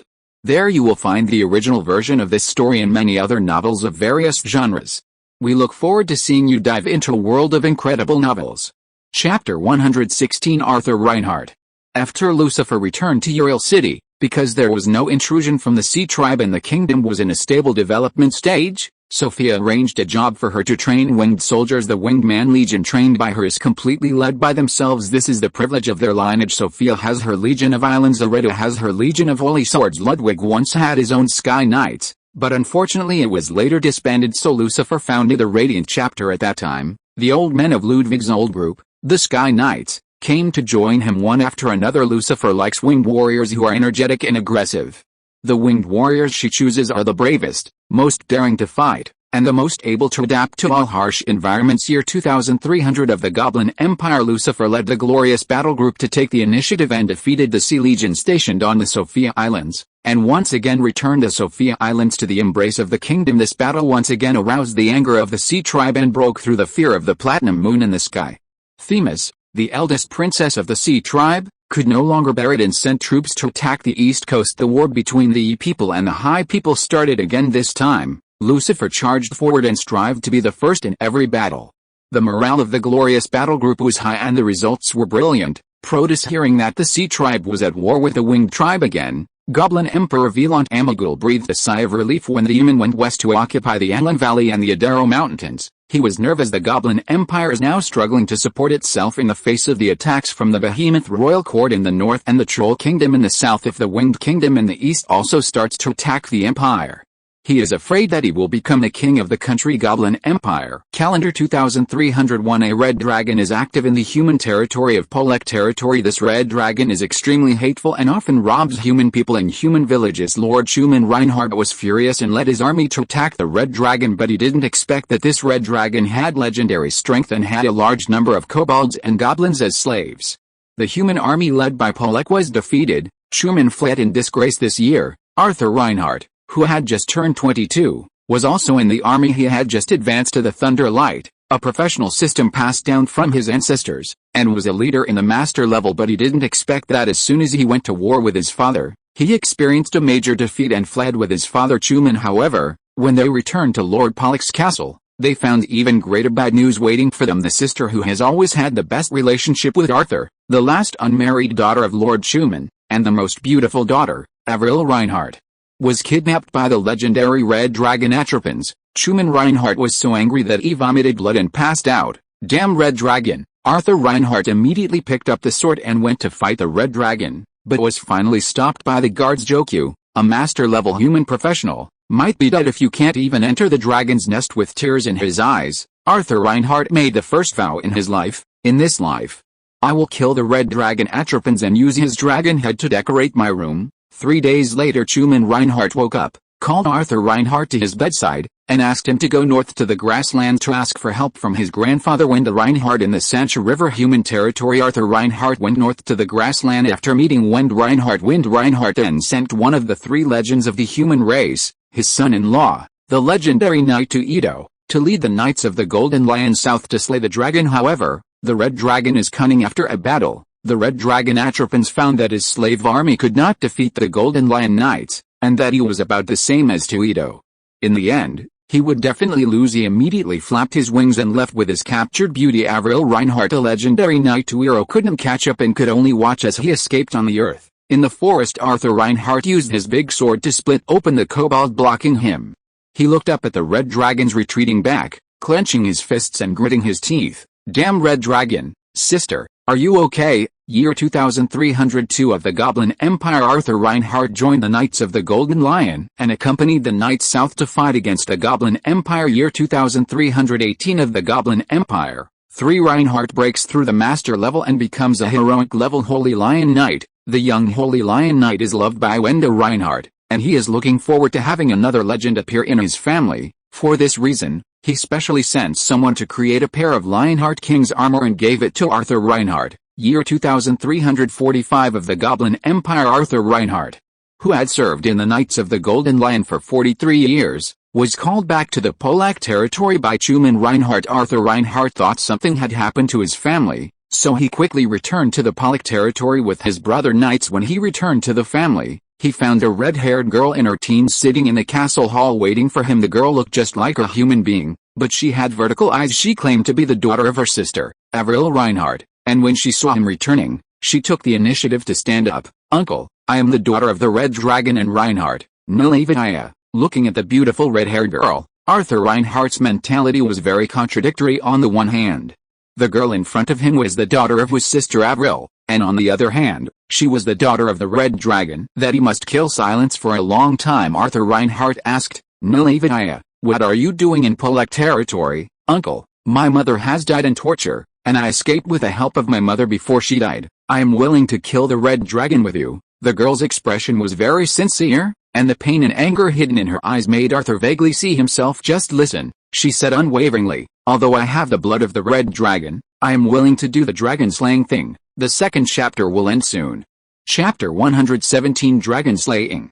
With this, the homeless Nilavia followed Arthur Reinhardt, joined the Golden Lion Knights, and fought in the south and the north. Because of her dragon-like vertical eyes, Nilavia always wore a mask to show herself. She used the alias Nia and appeared as a man, fighting side by side with the human knights. Her red hair and brave fighting style made her the best young knight in the Golden Lion Knights, and she was hailed as the Lion of Flame. In the 2389th year of the Goblin Empire, the human Golden Lion Knights made another meritorious service and broke through the northern city of Amgas. The sphere of influence of the Behemoth Court expanded again. In the 2400th year of the Goblin Empire, Lucifer led the glorious war court to break through the Tauren's position of the Sea Clan on the east coast and kill 2 Sea Clan legends. The reputation of glorious Morning Star spread throughout the Sea Clan, especially the blood of the siren in her body, which shocked the Sea Clan even more. Themis was very upset. She should have taken Lucifer into her own hands instead of pushing him to the winged people, but she did not do nothing. She thought of the siren sisters who were not valued by the winged people and wore the same mother as Lucifer. She felt that since they were both winged people and siren blood, their talents must be similar. To this end, she found the 3 siren sisters who were breeding on a small island north of the east coast, promised them a lot of resources, recognized their status as the daughters of the Sea Clan princess, and lured them to join the Sea Clan camp. The talents of the 3 siren sisters were indeed amazing, especially in the siren song.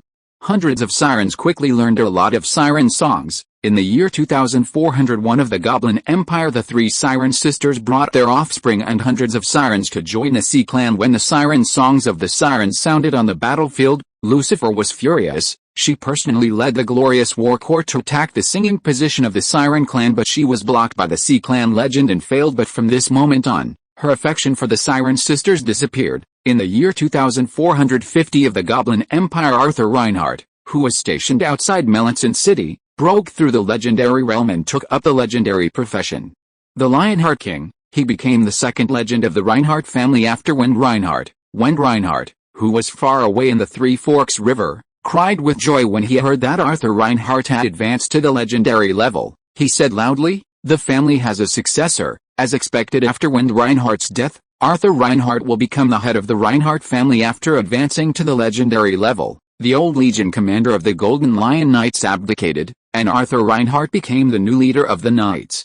Commanding the Golden Lion Knights at the same time, Arthur Reinhardt wrote a letter to Pollock to send people to find the traces of the Red Dragon Atropines. Year 2453 of the Goblin Empire. The Red Dragon Atropines was found in the Putilus Mountains east of the Heirs Plain in the north at this time. The battle between the Behemoth Royal Court and the Goblin Empire was temporarily stopped. Arthur Reinhardt decided to take his personal guards, the elite soldiers of the Pollock territory, and the dozen heroic human knights of the Golden Lion Knights, who he had made friends with over the years, and Nilavia, to the Putilus Mountains to fight against the Red Dragon. After 3 months of preparation and trekking, Arthur Reinhardt's troops successfully arrived at the Red Dragon's lair. There are a large number of dog-headed men and goblins here. The Red Dragon seems to like them as slaves, very much facing the Dragon's Nest army. Arthur Reinhardt handed the army to Nilavia to lead, and defeated the goblins and dog-headed men and other slaves. He swung the greatsword, flew in front, and swung the sword directly to face the Red Dragon Atropines. The legendary characteristic of the Lionheart King, Lion King, gave him the power to rival the Red Dragon, and he could fight the Red Dragon head-on. The battle was going on to its fullest behind him. A winged golden lion with a white gold moon mark on its forehead appeared, roaring to the sky. The Red Dragon was suppressed little by little, and his body was covered with wounds. Just as Arthur Reinhardt was about to kill the Red Dragon Atropines, an accident happened behind the mountains. Another loud dragon roar sounded. The Red Dragon Atropines was overjoyed. "Isra, you are indeed my good sister. Come and help me. Let's kill this human legend together." In the sky, an adult legendary green dragon suddenly appeared behind the crowd, flying in the low sky, spitting corrosive acid, burning Arthur's dragon-slaying army. Then, she came to the vicinity of the Red Dragon Atropines and roared loudly, "Atropines, don't forget. You owe me 5 dragon eggs. Don't say 5, 10. I'll give you 10. The Red Dragon Atropines promised hurriedly. "You said it." The green dragon Isra nodded with satisfaction, and then a green light shone on her body, and a large amount of negative status enveloped Reinhardt. At the same time, a series of green mists appeared in the sky, enveloping Arthur Reinhardt. Arthur Reinhardt just wanted to dodge, and the Red Dragon that had been suppressed for a long time exploded, igniting flames around the sky, blocking his retreat. Seeing that there were enemies in front and behind, Arthur Reinhardt made up his mind and had to fight to the death. The phantom of the Lion King behind him roared to the sky, and led him to raise the sword high and attack the green dragon Isra. However, the green dragon was very flexible, and the Red Dragon hurriedly came to help. For a moment, Arthur Reinhardt was at a disadvantage. As time went by, he gradually became weak, and the scars on his body stained the armor red. On the ground below the dragon-slaying army, he also fell into the sea of kobolds and goblins, struggling to hold on. Once he dies or escapes, they will be wiped out, but if he doesn't leave, as the only legend of the Reinhardt family, when Reinhardt is old, if he stays here, the Reinhardt family will surely decline. By this point in the battle, he had already regretted it endlessly. Years of hatred and the joy of advancing to legend made him lose his caution. But on this continent, the human race who had never seen a giant dragon really didn't expect that there was a giant dragon like the green dragon. Seeing Arthur Reinhardt in a dilemma, the Red Dragon Atropines laughed loudly, swept away the embarrassment just now, and said proudly, "Arthur Reinhardt, you don't know how delicious your sister was back then. I couldn't stop eating it." The Red Dragon looked at Nyarevia below and said angrily, "Oh, and that bitch who betrayed me is here too? Ha ha ha, I'm going to let you experience something worse than your mother." In the sky, Arthur Reinhardt, who was becoming more and more exhausted, suddenly remembered a family secret that Wind Reinhardt told him when he met him after he advanced to legend. The platinum moon in the sky is not only our faith, but also our bloodline ancestors.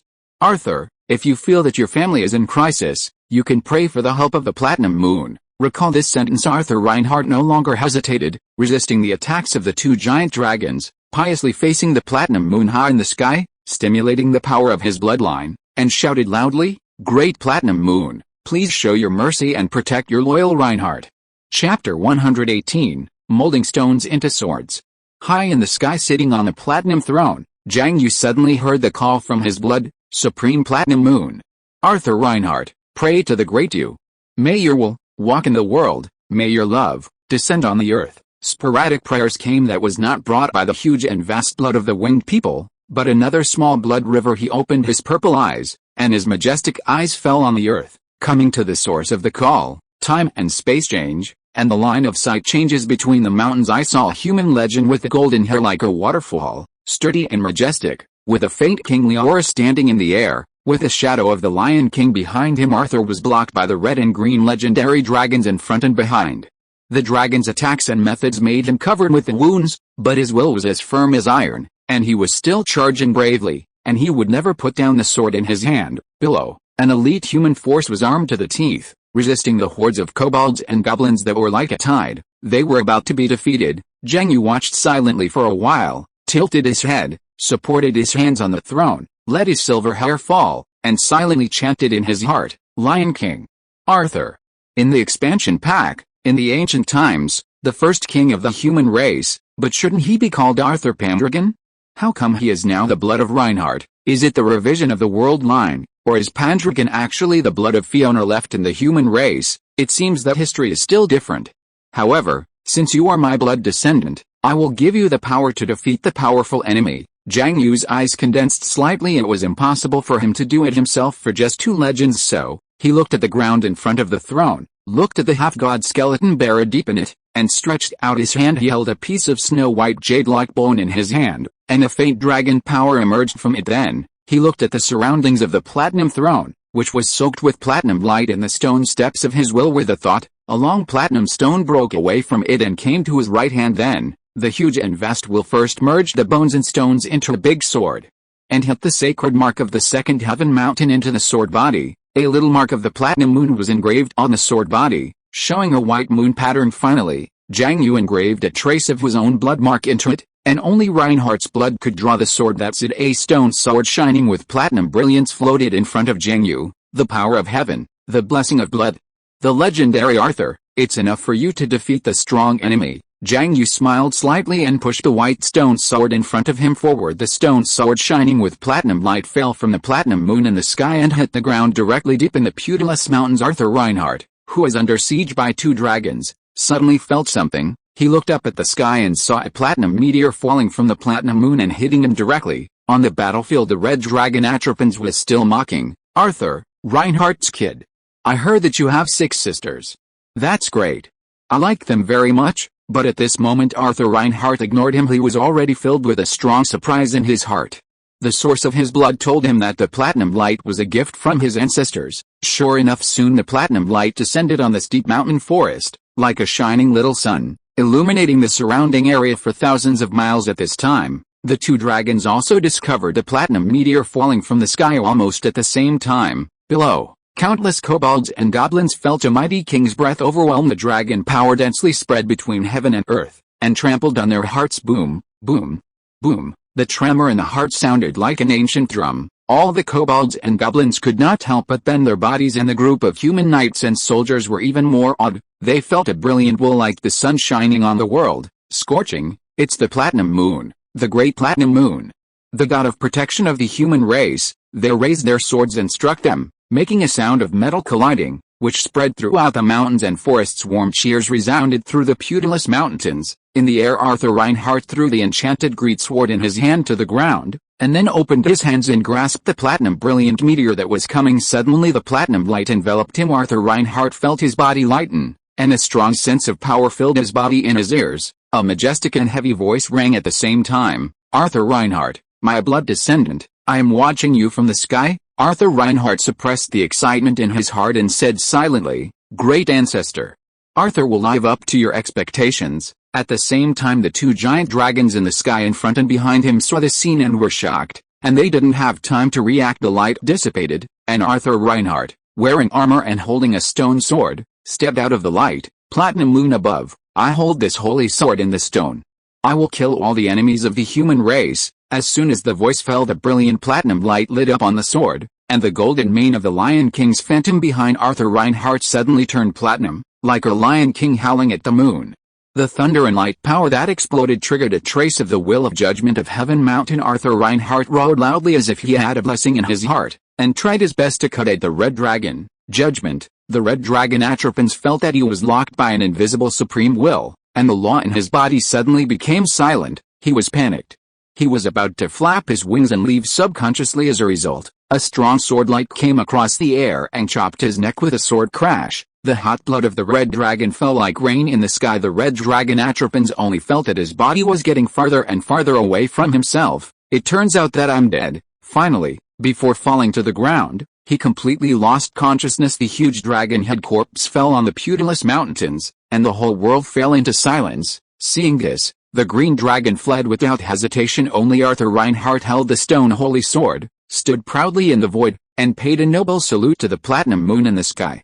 Chapter 119, Reinhardt Kingdom in Stavri City.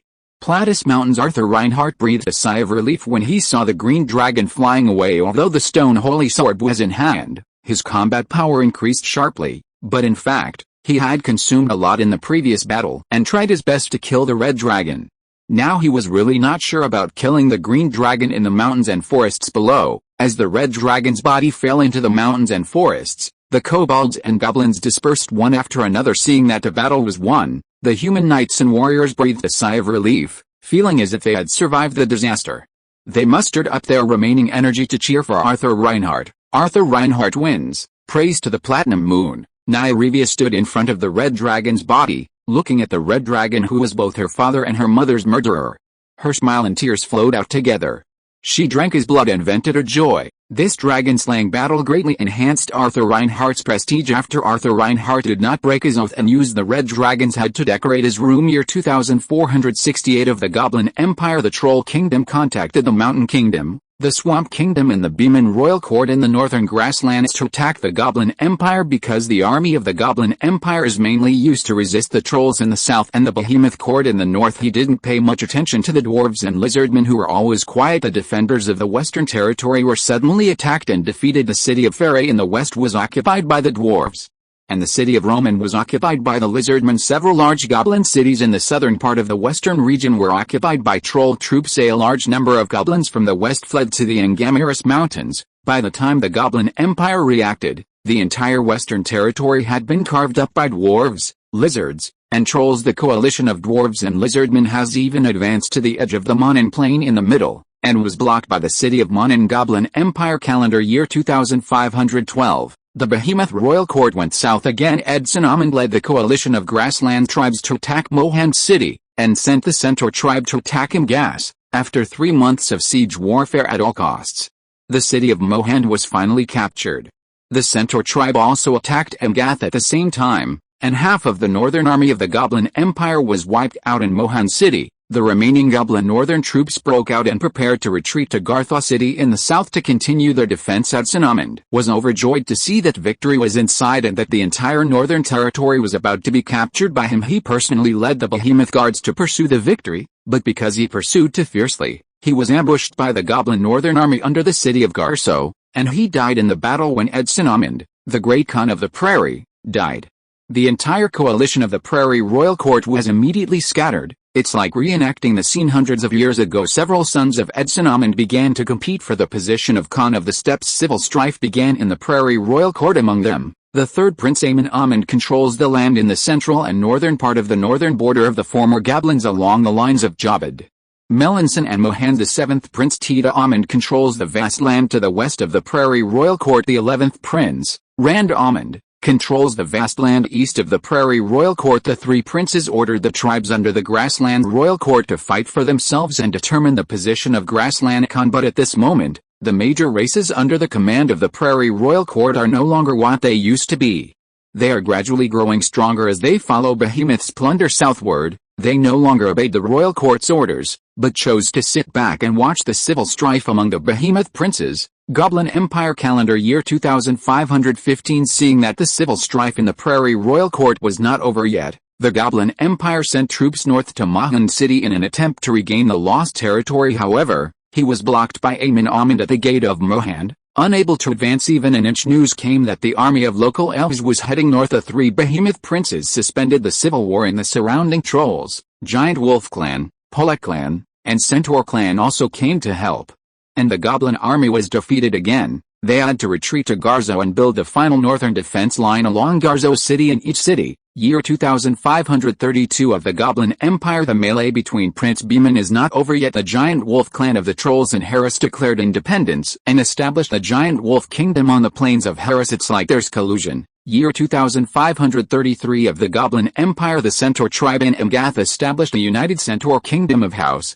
Goblin Empire calendar. Year 2535 south of the Three Forks River. On the grasslands and plains north of Harris, the tiger-headed people united with the wild boar people, half-fox people, Tauren and other tribes to establish the United Orc Kingdom. Year 2537 of the Goblin Empire. Arthur Reinhardt declared the independence of the human race in the Bolak territory and established a Reinhardt Kingdom. The kingdom governs the Polak territory and the Sancha River territory. Arthur Reinhardt ordered the kingdom to expand westward to the Lake Wallon area. Same year, a part of the Fairy clan living at the junction of the northern and western realms established a Fairy secret realm. Year 2538 of the Goblin Empire. The three Behemoth princes saw that the situation in the grasslands was in chaos, and the Behemoth clan could no longer regain the momentum it once had. It was difficult for any of the three brothers to do anything about the other, and they had to give up their ambition to unify the royal court on the grasslands. Year 2540 of the Goblin Empire. Amun announced the establishment of the Amun Kingdom and withdrew from the battle for the grassland court. As a result, many countries in the north were established.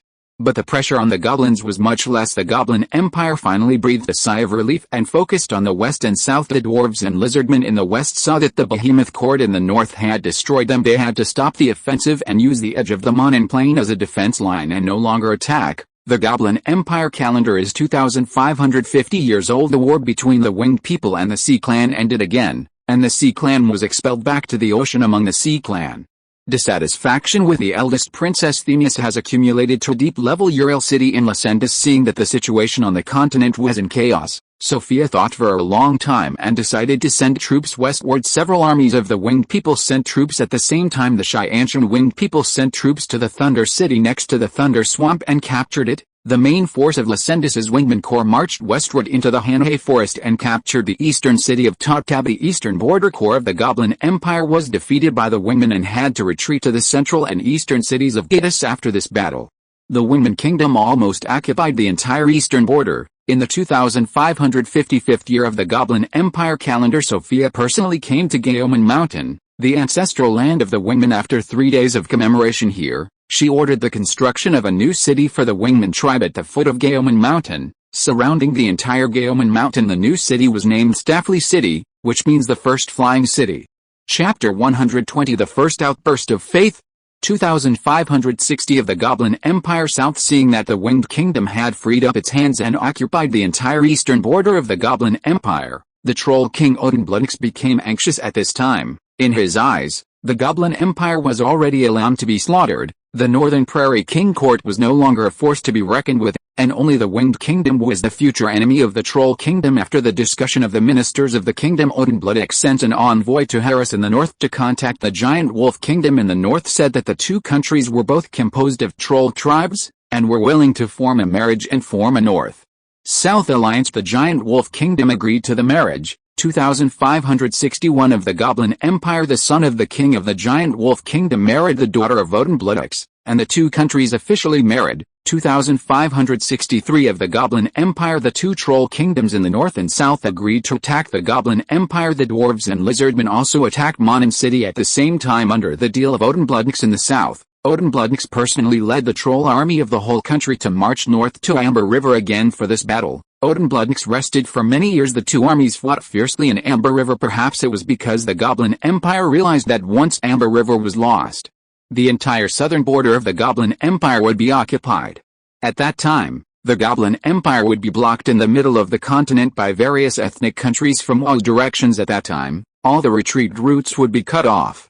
Even if they had the most prosperous central part of the continent, they would only perish sooner or later. The Goblin Emperor ordered the conscription of young and strong people and professionals from all over the country to guard the southern border, so the war was deadlocked. In the 2564th year of the Goblin Empire, the dwarf and lizardman army broke through the city of Monin in desperation. The Goblin Emperor Wieland Amidril ordered the southern army to resist the attack from the west. The central region must not be lost, otherwise the country will be destroyed. At the same time, He ordered the migration of the people of the southern border to the north. In the 2567th year of the Goblin Empire, Odin Bloodaxe broke through the Amber River, and the Goblin Southern Border Army retreated. Odin Bloodaxe personally led his troops to pursue the retreating main army of the Goblin Empire and divided his troops to occupy the remaining southern cities. In the 2568th year of the Goblin Empire, the retreating southern border army of the Goblin Empire established a last southern defense line along the Viral River in the central and southern borders.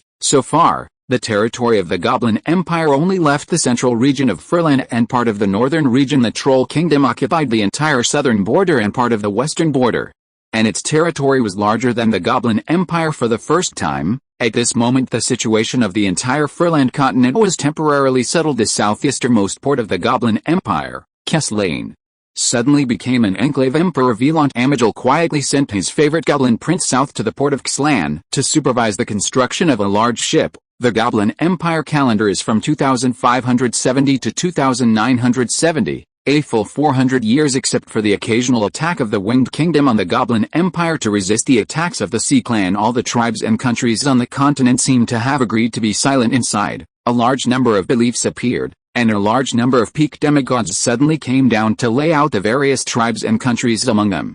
The strong ones laid out a major kingdoms. The Troll Kingdom in the south believes in the god of killing. The Mountain Kingdom believes in the god of mountains and forging. The Centaur Kingdom believes in the god of the north wind. The Giant Wolf Kingdom in the north believes in the wolf god. The Orc Kingdom believes in the god of battle. The Lizardman Kingdom believes in the god of mud and chaos. The Kingdom of Amun has a belief in the god of savagery and violence. The two royal courts in the east and west on the grasslands began to believe in the god of strength and the god of running. The mermaids in the West Sea believe in the goddess of the sea. Even in the Kingdom of Reinhardt, the god of wisdom and healing, competed with a platinum moon for faith. However, although King Reinhardt eliminated the influence of the god of wisdom and healing in Polek, the faith in the god of wisdom and healing was still spreading quietly in the enclave-like Three Forks River area, and a large number of human tribes on the grassland in those days. After Reinhardt founded the country, the Reinhardt family of Three Forks River moved to Polek City, and the Golden Lion Knights also followed. Reinhardt's influence in the Three Forks River area declined. In addition to these powerful kingdoms, faith also appeared in various tribes on the continent: eagle people, barbarians, fish people, ogres, giants, bear people, goblins, and other tribes all showed faith. As for the Goblin Empire in the middle, it seemed like an isolated island forgotten by the world, and no faith entered. The Goblin Empire calendar year 2970. Proto City. Late at night, two bright moons hang high in the sky, casting light on the ancient city. The Goblin Great Sage, wearing a black cloak, stood on the ancient and majestic walls of Protus, looking out at the vast plains. His vision was far and wide, as if he was looking at the entire empire next to him. There was a figure of the same height as him, with black hair all over his body, laughing in a hoarse voice. "Hey, it's time. A large number of demigods have emerged on the continent of Ferland. It's time to make a decision, Azeba. Do we have to wait until they become gods?" Azeba was silent after hearing this. "You know, since you have chosen the abyss, there is no turning back. When we begin to gaze into the abyss will also focus on us. Moreover, we are not without advantages. When we take millions of living souls to the abyss, the will of the abyss will surely be delighted. At that time, with the help of the abyss, we will be able to break through and become the lord of the abyss, who is equal to the true god. In this way, it can be regarded as becoming a god. Isn't it good to realize your dream?" Azeba continued to remain silent. The black shadow laughed and continued, "Are you worried about your race? Ho ha ho ha, don't joke. They are just a stepping stone for you to become a god. Their vitality is so tenacious that their bloodline will not be cut off. Besides, even if they die, what does it have to do with us?" Azeba finally couldn't help it and roared loudly, "Stop talking. Hey, Azeba, what are you pretending? Don't you know that I am you? Ha ha ha ha." The creepy laughter appeared in the night sky, terrifying and inexplicable. Countless goblins of Protus woke up in the middle of the night, not knowing what happened, and on the city wall finally, Azeba's heavy and hoarse voice came, "We will come back, right? Don't worry, the abyss behind us is extremely powerful. It carries the malice of countless worlds, devours countless worlds, and fights with a large number of worlds with gods at the same time. The continent of Ferland is no exception. We will come back, I understand. Let's carry out our plan, drag the entire Protus into the abyss, become a demon lord, and start tonight." "Ha ha ha ha, you finally figured it out." As soon as the two finished their conversation, The black shadow with rolling black hair and a lot of negative will walked towards Aziba's body, and they merged into one. Chapter 121 The Imperial Capital Falls. On the tall city wall 2 moons hang high, one gold and one silver, illuminating the bricks at night. A cool breeze blows, the black robe on Aziba is blown up, revealing his long demonized face. Darkness covers his face, carotene proliferates, the breath of evil permeates, death and fear follow him everywhere. Under the city wall, there are thousands of goblin servants who have been demonized by him. Among them, the highest is the legendary level, and the lowest is the master level. They are all the power that Aziba has accumulated bit by bit over the years. On the city wall, Aziba looked at the thousands of servants covered by black robes, took a deep breath, raised his right hand that was already like a demon, and said loudly, "Let's start. From today on, the entire Protoss will fall into the abyss." Yes, as thousands of figures bowed respectfully, they dispersed like black shadows. Not long after, the entire city of Protoss was suddenly filled with black smoke. As the smoke became more and more dense, the dark and evil aura grew stronger little by little in the city of Protoss. Countless goblins were awakened in the darkness.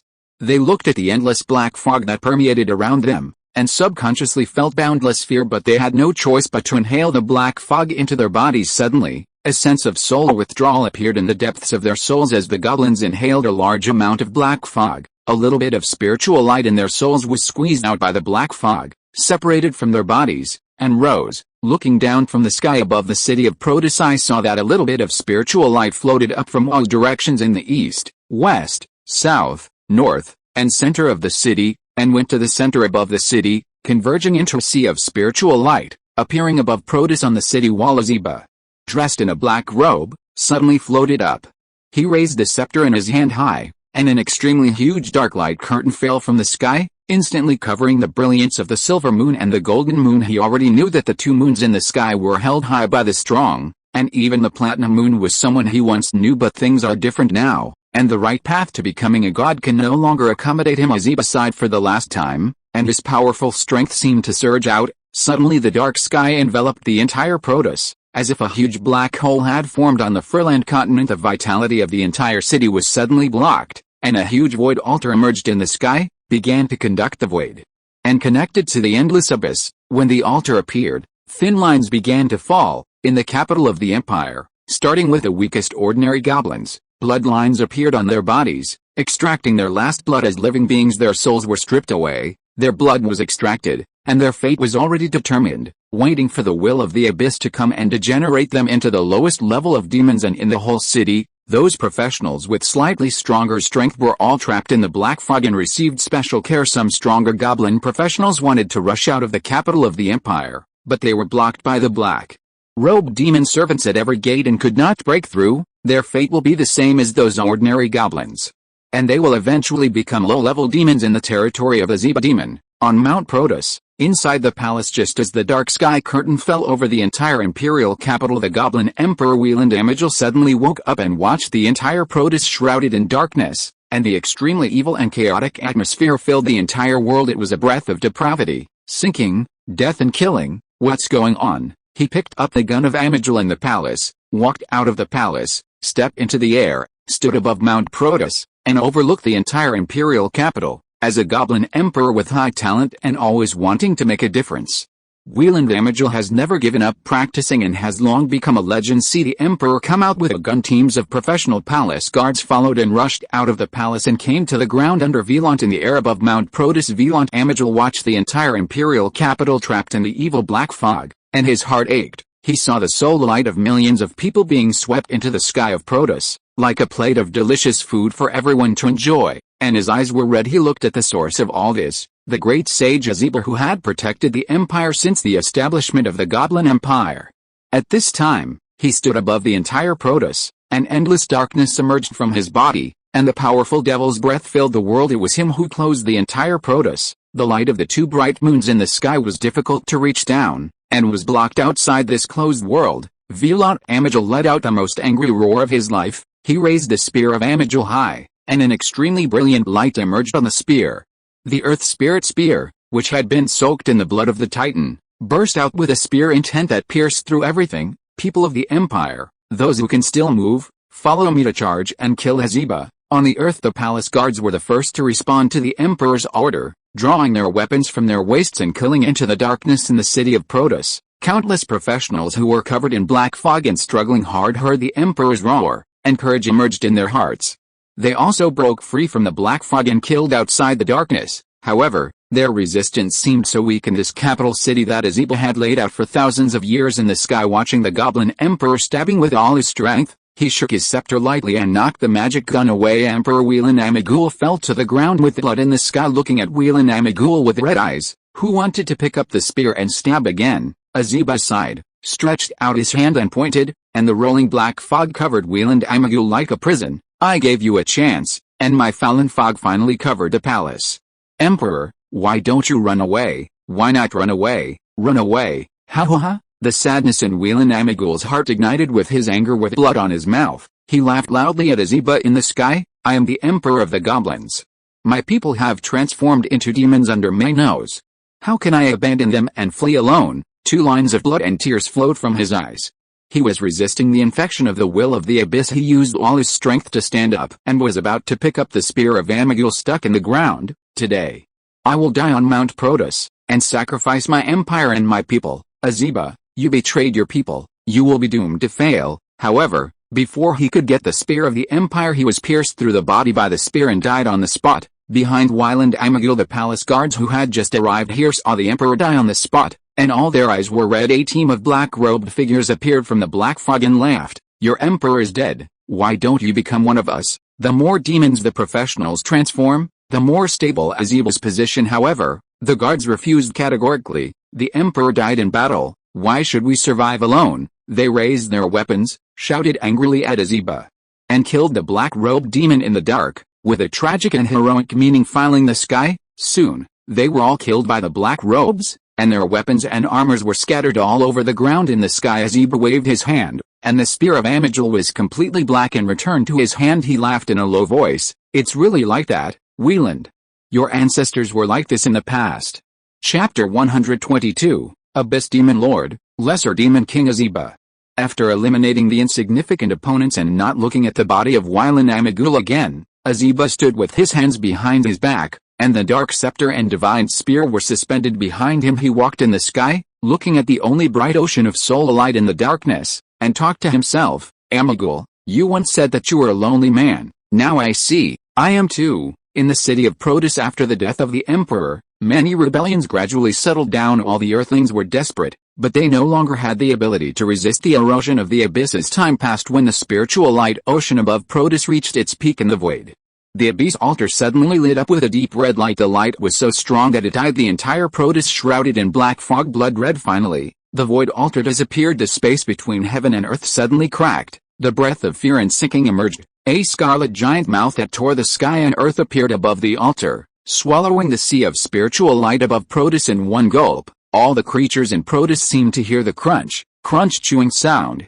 This was the huge mouth formed by the will of the abyss, which directly swallowed up their soul light. Then a scarlet evil eye shadow appeared in the sky for the first time. The endless red light dispelled the endless darkness and black mist, turning this land into the land of the abyss. Soon, a cold voice sounded in the hearts of all the earth masters. Abyss judgment, inferior demon. This was the deal that Aziba made with the will of the abyss before he fell. The demon race he chose was the inferior demon. Although the inferior demon looks very low level, it is a demon species with infinite evolution possibilities. They have the characteristics of swallowing evolution even in the endless abyss. Aziba never lacks ambition and determination to move forward. After the race judgment, the huge eyes transformed by the will of the abyss began to exert their strength, and the abyss energy, which was almost like an ocean, was invaded into the bodies of the goblins by the vast will of the abyss. Ah, it hurts. What the hell is this? As the goblins screamed in pain, their bodies began to undergo tremendous changes. Their originally green skin turned red,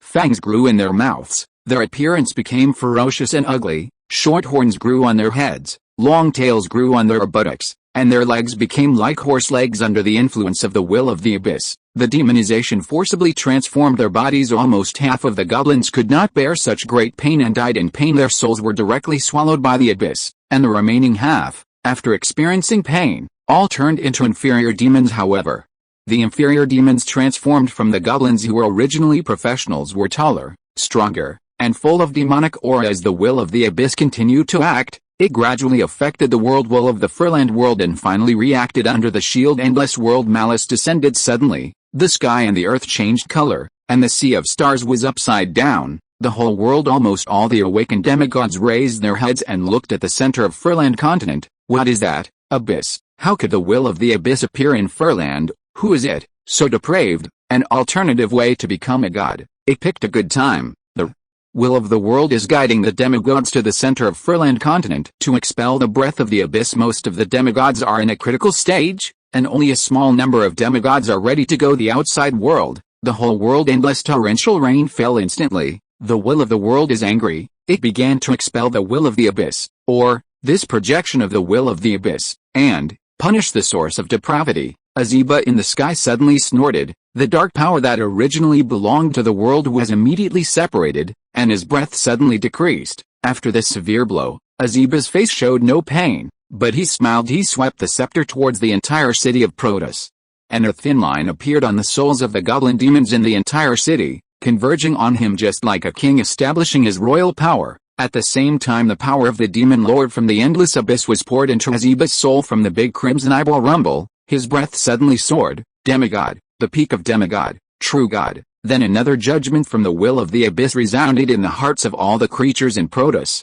The judgment of the abyss, confer the title of demon lord, the inferior demon king. Azeba, dong dong dong, the roar like the morning bell suddenly exploded in the whole world, facing the expulsion of the will of Ferland's world. The projection of the will of the abyss will complete the last step in this world. He wanted to drag the entire Protus into the abyss and become a part of it, so the big crimson eyeball in the sky exerted its strength again.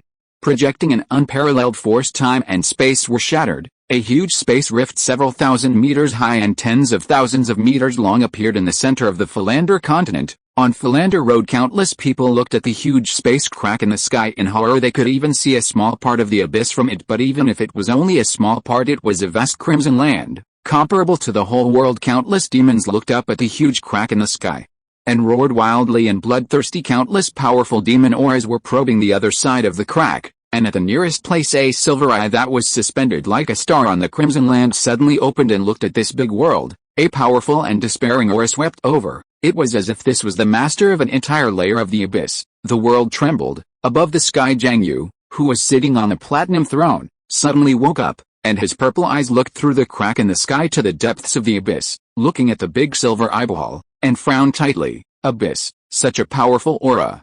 Is this a high-ranking demon god of the abyss, or the master of this layer of the abyss? Above the world, all the awakened demigods were secretly on guard, and those demigods who flew to the center of the Ferland continent stayed in vain. Above Protus, Azeba bowed respectfully to the big silver eyeball before his strength was improved. This was his future boss. The powerful aura that the silver eyeball had probed into the Ferland world dissipated, and then the huge abyss space crack was like a big mouth, swallowing the entire Protus and the surrounding land. Even Protus Mountain, Protus City and the surrounding 10,000 meters of land were swallowed by the abyss. If you are listening to this novel on a channel other than Fanfic World, it means it was downloaded and re-uploaded without effort. We warmly invite you to visit our channel, Fanfic World. There you will find the original version of this story and many other novels of various genres. We look forward to seeing you dive into a world of incredible novels. Chapter 123: The Age of the Troll Empire. After swallowing Protus, the huge mouth of the abyss returned to the abyss in an instant, with millions of demons transformed from goblins and the new demon lord Azeba, and disappeared completely on the original site. There was only a huge pit with a radius of thousands of miles and a depth of hundreds of meters. The once glorious and brilliant goblin empire disappeared just like that, but a breath left by the abyss still remained in this big pit, telling that he had been here. The abyss swallowed up the land of the Ferland world, just like scraping off a layer of flesh from the body of the world. The world was furious, but when it wanted to find the abyss and the source of all this again, it found nothing, just like the last time. If the world will cannot punish the source of malice, it will fall on all living beings. The rainstorm between heaven and earth fell like a waterfall. Fortunately, this time, the extremely violent rain only fell on the plains of Protus. It seems that the remaining breath of the abyss prevented it from losing the direction of punishment. The heavy rain continued for 6 months. The entire Protus plain became a swamp, and the huge pit where the Protus city was originally located was filled with rainwater and became a vast lake of thousands of miles. Year 2971 of the Goblin Empire. The dramatic changes in produce were known to the whole world. All intelligent races were surprised by the disappearance of the goblin capital. Odin Bloodnix in the south saw the opportunity and, after the produce plain recovered slightly, he mobilized all his troops to the north. The goblin cities in the central part of Ferland had no intention of fighting after the capital disappeared, and the goblin legions collapsed at the first touch. A large number of goblins were captured by trolls, and a large number of central cities were occupied. The Winged Kingdom in the east was just one step slower. When Sophia personally led the troops into the central part of Ferland, she only occupied a few large cities near the east. The coalition forces of the northern countries were even slower, but they finally broke through the Garsoids defense line of the goblins and occupied the entire northern border. As for the Dwarf Kingdom and Lizardman Kingdom in the west, they also sent troops to occupy the city of Monin and the Monin Plain. In less than 3 months, the entire central part of Ferland was divided up by the continental countries. Among them, the most central produce plain and the most extensive central area were occupied by the Troll Kingdom. The Goblin Empire was destroyed. In fact, when the capital of the empire disappeared, the Goblin Empire had already been declared extinct. But there are still a large number of goblins in the central part, and it is only today that it is completely finished. This time the continental countries are officially bordering each other because the Goblin Empire had just been destroyed. The continental countries were busy digesting the legacy of the goblins, so there was no dispute in the 2972nd year of the old Goblin Empire. It was also the first year after its demise. The giant Wolf Kingdom in the north announced its integration into the Troll Kingdom. In the same year the Troll Kingdom attacked the House Centaur United Kingdom and Emgarth's Centaur Kingdom was defeated, and they lost Emgarth and all the nearby areas. One of them fled north to the grassland, and the other fled to the Putilus Mountains in the east. Finally, they crossed the Putilus Mountains and came to the peninsula plain near the East China Sea to rebuild their country. After this battle, the territory of the Troll Kingdom became the largest country in the entire Ferland continent. Their territory is connected from north to south. Odin Bloodnix renamed the big city of Harbis in the south of central Ferland to Musk City, which means the city under the shelter of killing. The second year Odin Bloodnix announced the establishment of the Troll Empire in Musk City, and he ascended the throne as the Troll Emperor. This year is called the first year of the Troll Empire. The second year of the Troll Empire, I don't know what means. Odin Bloodnix used the Dwarf Kingdom and the Lizardman Kingdom declared their vassalage to the Troll Empire. The third year of the Troll Empire sent troops to attack the Kingdom of Aman in the north. The Kingdom of Reinhard and the United Kingdom of Orcs led their troops to assist. They blocked the offensive of the Troll Empire in Mohand. The Troll army attacked for 3 consecutive months but failed to take it down. Upon hearing this, Odin Bloodnix was furious and led the elite troll army to personally fight. The arrival of the emperor boosted the morale of the troll soldiers on the front line. It took only 7 days to capture the city of Mohand. The human race, the behemoth race, and the orcs suffered heavy casualties and retreated to Melanson. In a critical situation, Arthur Reinhardt personally rushed to Lesendus, revealed his Platinum Overlord bloodline, and asked Sophia to send the winged army to support. Sophia thought for a moment and agreed. 7 days later, when the troll army arrived at the city of Melanson, the army was aggressive and unstoppable. The troll berserkers desperately attacked the 12 walls of Melanson. The coalition forces of the northern tribes fought desperately, but they were still unable to resist. 3 days later, Melanson city was about to be broken. Arthur Reinhardt brought countless reinforcements from the winged people and descended on Melanson to fight a fierce battle with the troll army. The two most powerful races on the continent of Ferland fought for the first time. The winged people had the advantage of the sky, and the trolls were fearless. Even Sophia and Arietta were blocked by Odin Bloodnix and a newly promoted troll demigod. The northern tribes, the coalition forces of the winged people, and the army of the Troll Empire were deadlocked in Melanson. Countless people died in battle every day on both sides, but neither could do anything to the other. 3 months later, the troll army, which was fighting fiercely with the winged people and the 3 northern countries, suddenly withdrew. Sophia, Arthur, Emin and others didn't know why they were worried about a trick, so Sophia sent elite winged scouts to track the troll army, but they found that after their emperor led the army to retreat to Mohand, he hurriedly went south with his own guards and giant wolf cavalry and returned to Max, the capital of the Troll Empire. Seeing this situation, all tribes sent people to Max City to inquire. A few days later, the coalition army went south and reoccupied Mohan effortlessly, and the troll army seemed to know that they were defeated and retreated to Garso in an orderly manner. At this time, the troll emperor Odin Bloodaxe went all the way south, through the central part of Ferland, the Amber River, and into the former troll king city of Baru. At this moment, outside Baru city, there was a large area of densely packed goblin prisoner camps. He passed through this dirty and chaotic prisoner camp and just walked into the city gate entry. Bloodaxe, the high priest of the Temple of Slaughter, came to report, "Your Majesty, the 1 million young and strong goblin captives that my god needs have been settled outside the city. We have prepared the killing altar and blood sacrifice ceremony, okay, Andre, and are all the fanatics of my god in Baru City?" Aoden Bloodaxe asked. "Your Majesty, 100,000 troll fanatics are already in place in the city. No matter when, they are willing to offer the most fanatical faith to my god," Andre replied. "You did a good job, Andre. Baru City has been managed by my god for many years, and all preparations for establishing the kingdom of God have been completed. Now, the time is ripe.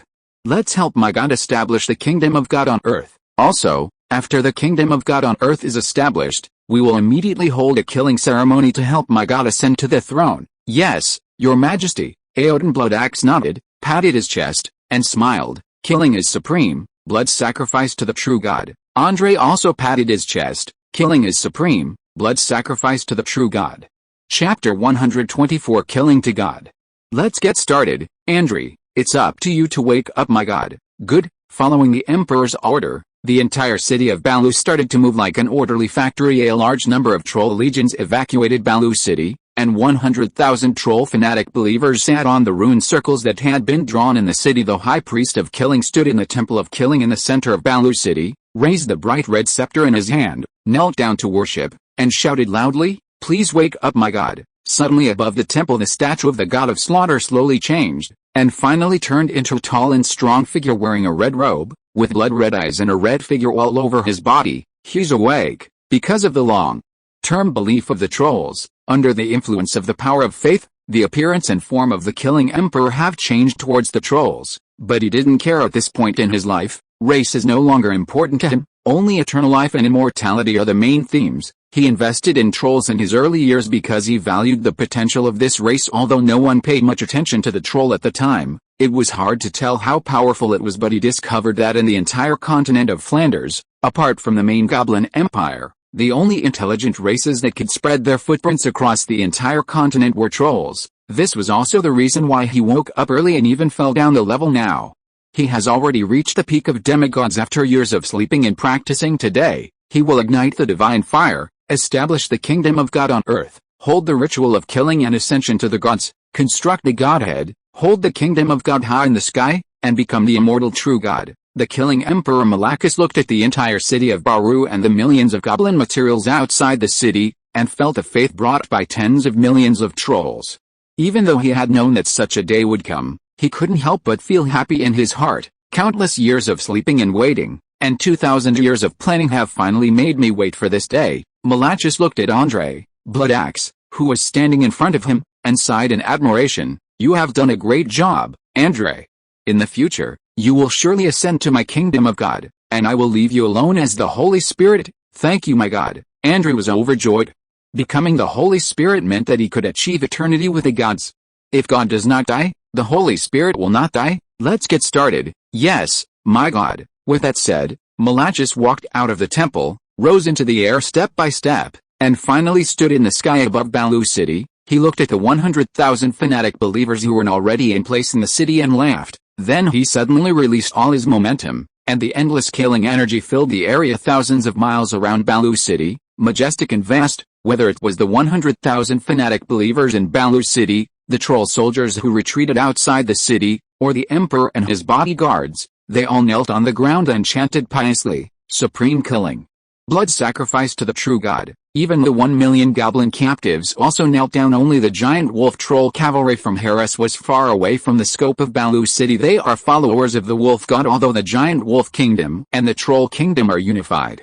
The trolls of the original Heirs still believe in the wolf god. In order to achieve the great cause of unifying the trolls, Aoden Bloodaxe agreed to help their wolf god ascend to the throne in the future. Both the god of slaughter and the wolf god will become the true gods of the troll empire, and for now, they are all considered the racial gods of the trolls. It's just that the rankings are in order. After Malachus met the wolf god in person, the wolf god no longer cared about ranking. With a huge sudden influx of faith after the murderous emperor, Malachus began to connect the killing powers between heaven and earth, and was recognized by the will of the world. The power to kill the entire world is no longer just the right to use but has become the right to control the world's laws, and authority changed, and a powerful God was formed. Authority is the foundation, faith is the firewood, and turns into golden star. Malachus hid his soul against the golden star, and like burning firewood, the entire golden star ignited with golden flames. Suddenly the divine fire is lit, the first step to becoming a god is completed, the will of the world is shaking, and it is very tolerant of the first true God who is about to appear in the world and is waiting for me. After all, the position of the gods is to maintain the order of heaven and earth, and to be the ally of the will of the world, even though the will of the world will become weaker as there are more gods. They are all existences that will live and die together with the world. When Malachus' divine fire was ignited, his soul was transformed into a divine soul, and the majesty of being a god immediately spread across the heaven and earth, just like the power of heaven and earth. With every move he made, he could feel the power of controlling heaven and earth. At this time, he could already become a god, but his ascension to godhood was not over yet. Malachus stood in the sky and announced to the city of Balu below, "The place beneath my body is my kingdom of God on earth." At this moment, his voice became more solemn and majestic. On the earth 100,000 fanatical believers, led by the high priest Andri, chanted in unison, "Where my Lord is the kingdom of the god of killing." After saying that, they slashed their wrists with knives, and the blood flowed away the runes on the ground. Then they used all their mental strength to slam towards the ground. 100,000 fanatic believers suddenly fainted, and even tens of thousands of fanatic believers died on the spot due to excessive force. Malachus' heart twitched when he saw it. A large number of pure souls, carrying fanatical beliefs, merged into the golden burning star. Finally the pure souls of those fanatics returned to the ground. Countless powers of faith were transformed into killing power. The huge killing power was opened by Malachus and embraced the city of Baru on the ground. Divine power can change everything, so, the entire city of Baru and its land began to change, emitting unparalleled golden divine light. A great kingdom of gods was formed in this way. In the center of the kingdom of gods, a tall throne stood high, as if standing on a mountain. With the birth of the kingdom of gods, a godhead shining with immortal glory was formed in his soul, wrapping the divine fire and the golden star in the divine fire. A large number of faith lines were materialized and connected to the godhead. From now on, he knows everyone who believes in him. Malachus then sat on the throne looking at his gradually formed kingdom of gods. He then declared majestically, "From today on, I will raise the kingdom of God to the heavens." Begin the killing ritual. Chapter 125 Judgment Throne. As the murderous god on the throne issued a majestic divine word, outside Balu city the troll emperor Odin led the troll soldiers to kneel on one knee, and the collision of armor and weapons was like thunder. The emperor responded loudly, "Yes, my god." Behind him, all the troll soldiers patted their breastplates and responded silently, "Bang bang bang." The armor is sparkling and uniform. Then he stood up and shouted orders to the troll soldiers who were kneeling on the ground outside Balu city, "Follow my god's will and begin the killing ritual." The troops are in position. "Yes.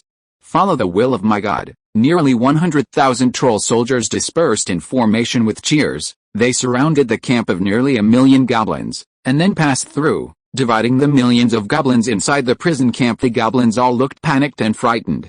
They had been brought here one by one and imprisoned since a month ago. Among them, there are also many nobles from the former Goblin Empire. There are even descendants of goblin royal families and nobles such as the Amagul family, the Azeba family, the Leonard family, the Baron family, the Lamar family, and so on. But without exception, they are all bound here and face the fate of death. Compared to them, those imperial goblins who were transformed into demons were considered lucky. One by one, the goblins looked at the troll soldiers who were holding swords, spears, and halberds, and wearing strong armor and helmets, and were walking toward them with ferocious looks. Their hands and feet were even colder, and their whole bodies were trembling. Some goblins stood stunned on the spot. "Are we going to die?" Some goblins were dressed like scholars and were extremely frightened. "What are they going to do?" There was a tall goblin who looked like a warrior, muttering bitterly to himself, "Is the final judgment coming?" There were also goblins kneeling on the ground, crying bitterly. The troll soldiers ignored the pain and panic of the goblins. "This is the fate of those who destroy the country. Even if you surrender, how can the enemy let you live when they should let you die? No matter you are a noble, a professional, a scholar, or a commoner, as long as your blood is flowing with the blood of goblins, all living beings will be equal under the killing knife. If the country perishes, the people will be like grass and worthless." Seeing 100,000 troll soldiers taking their positions, Odin Blood X showed no expression on his face, swung his sword,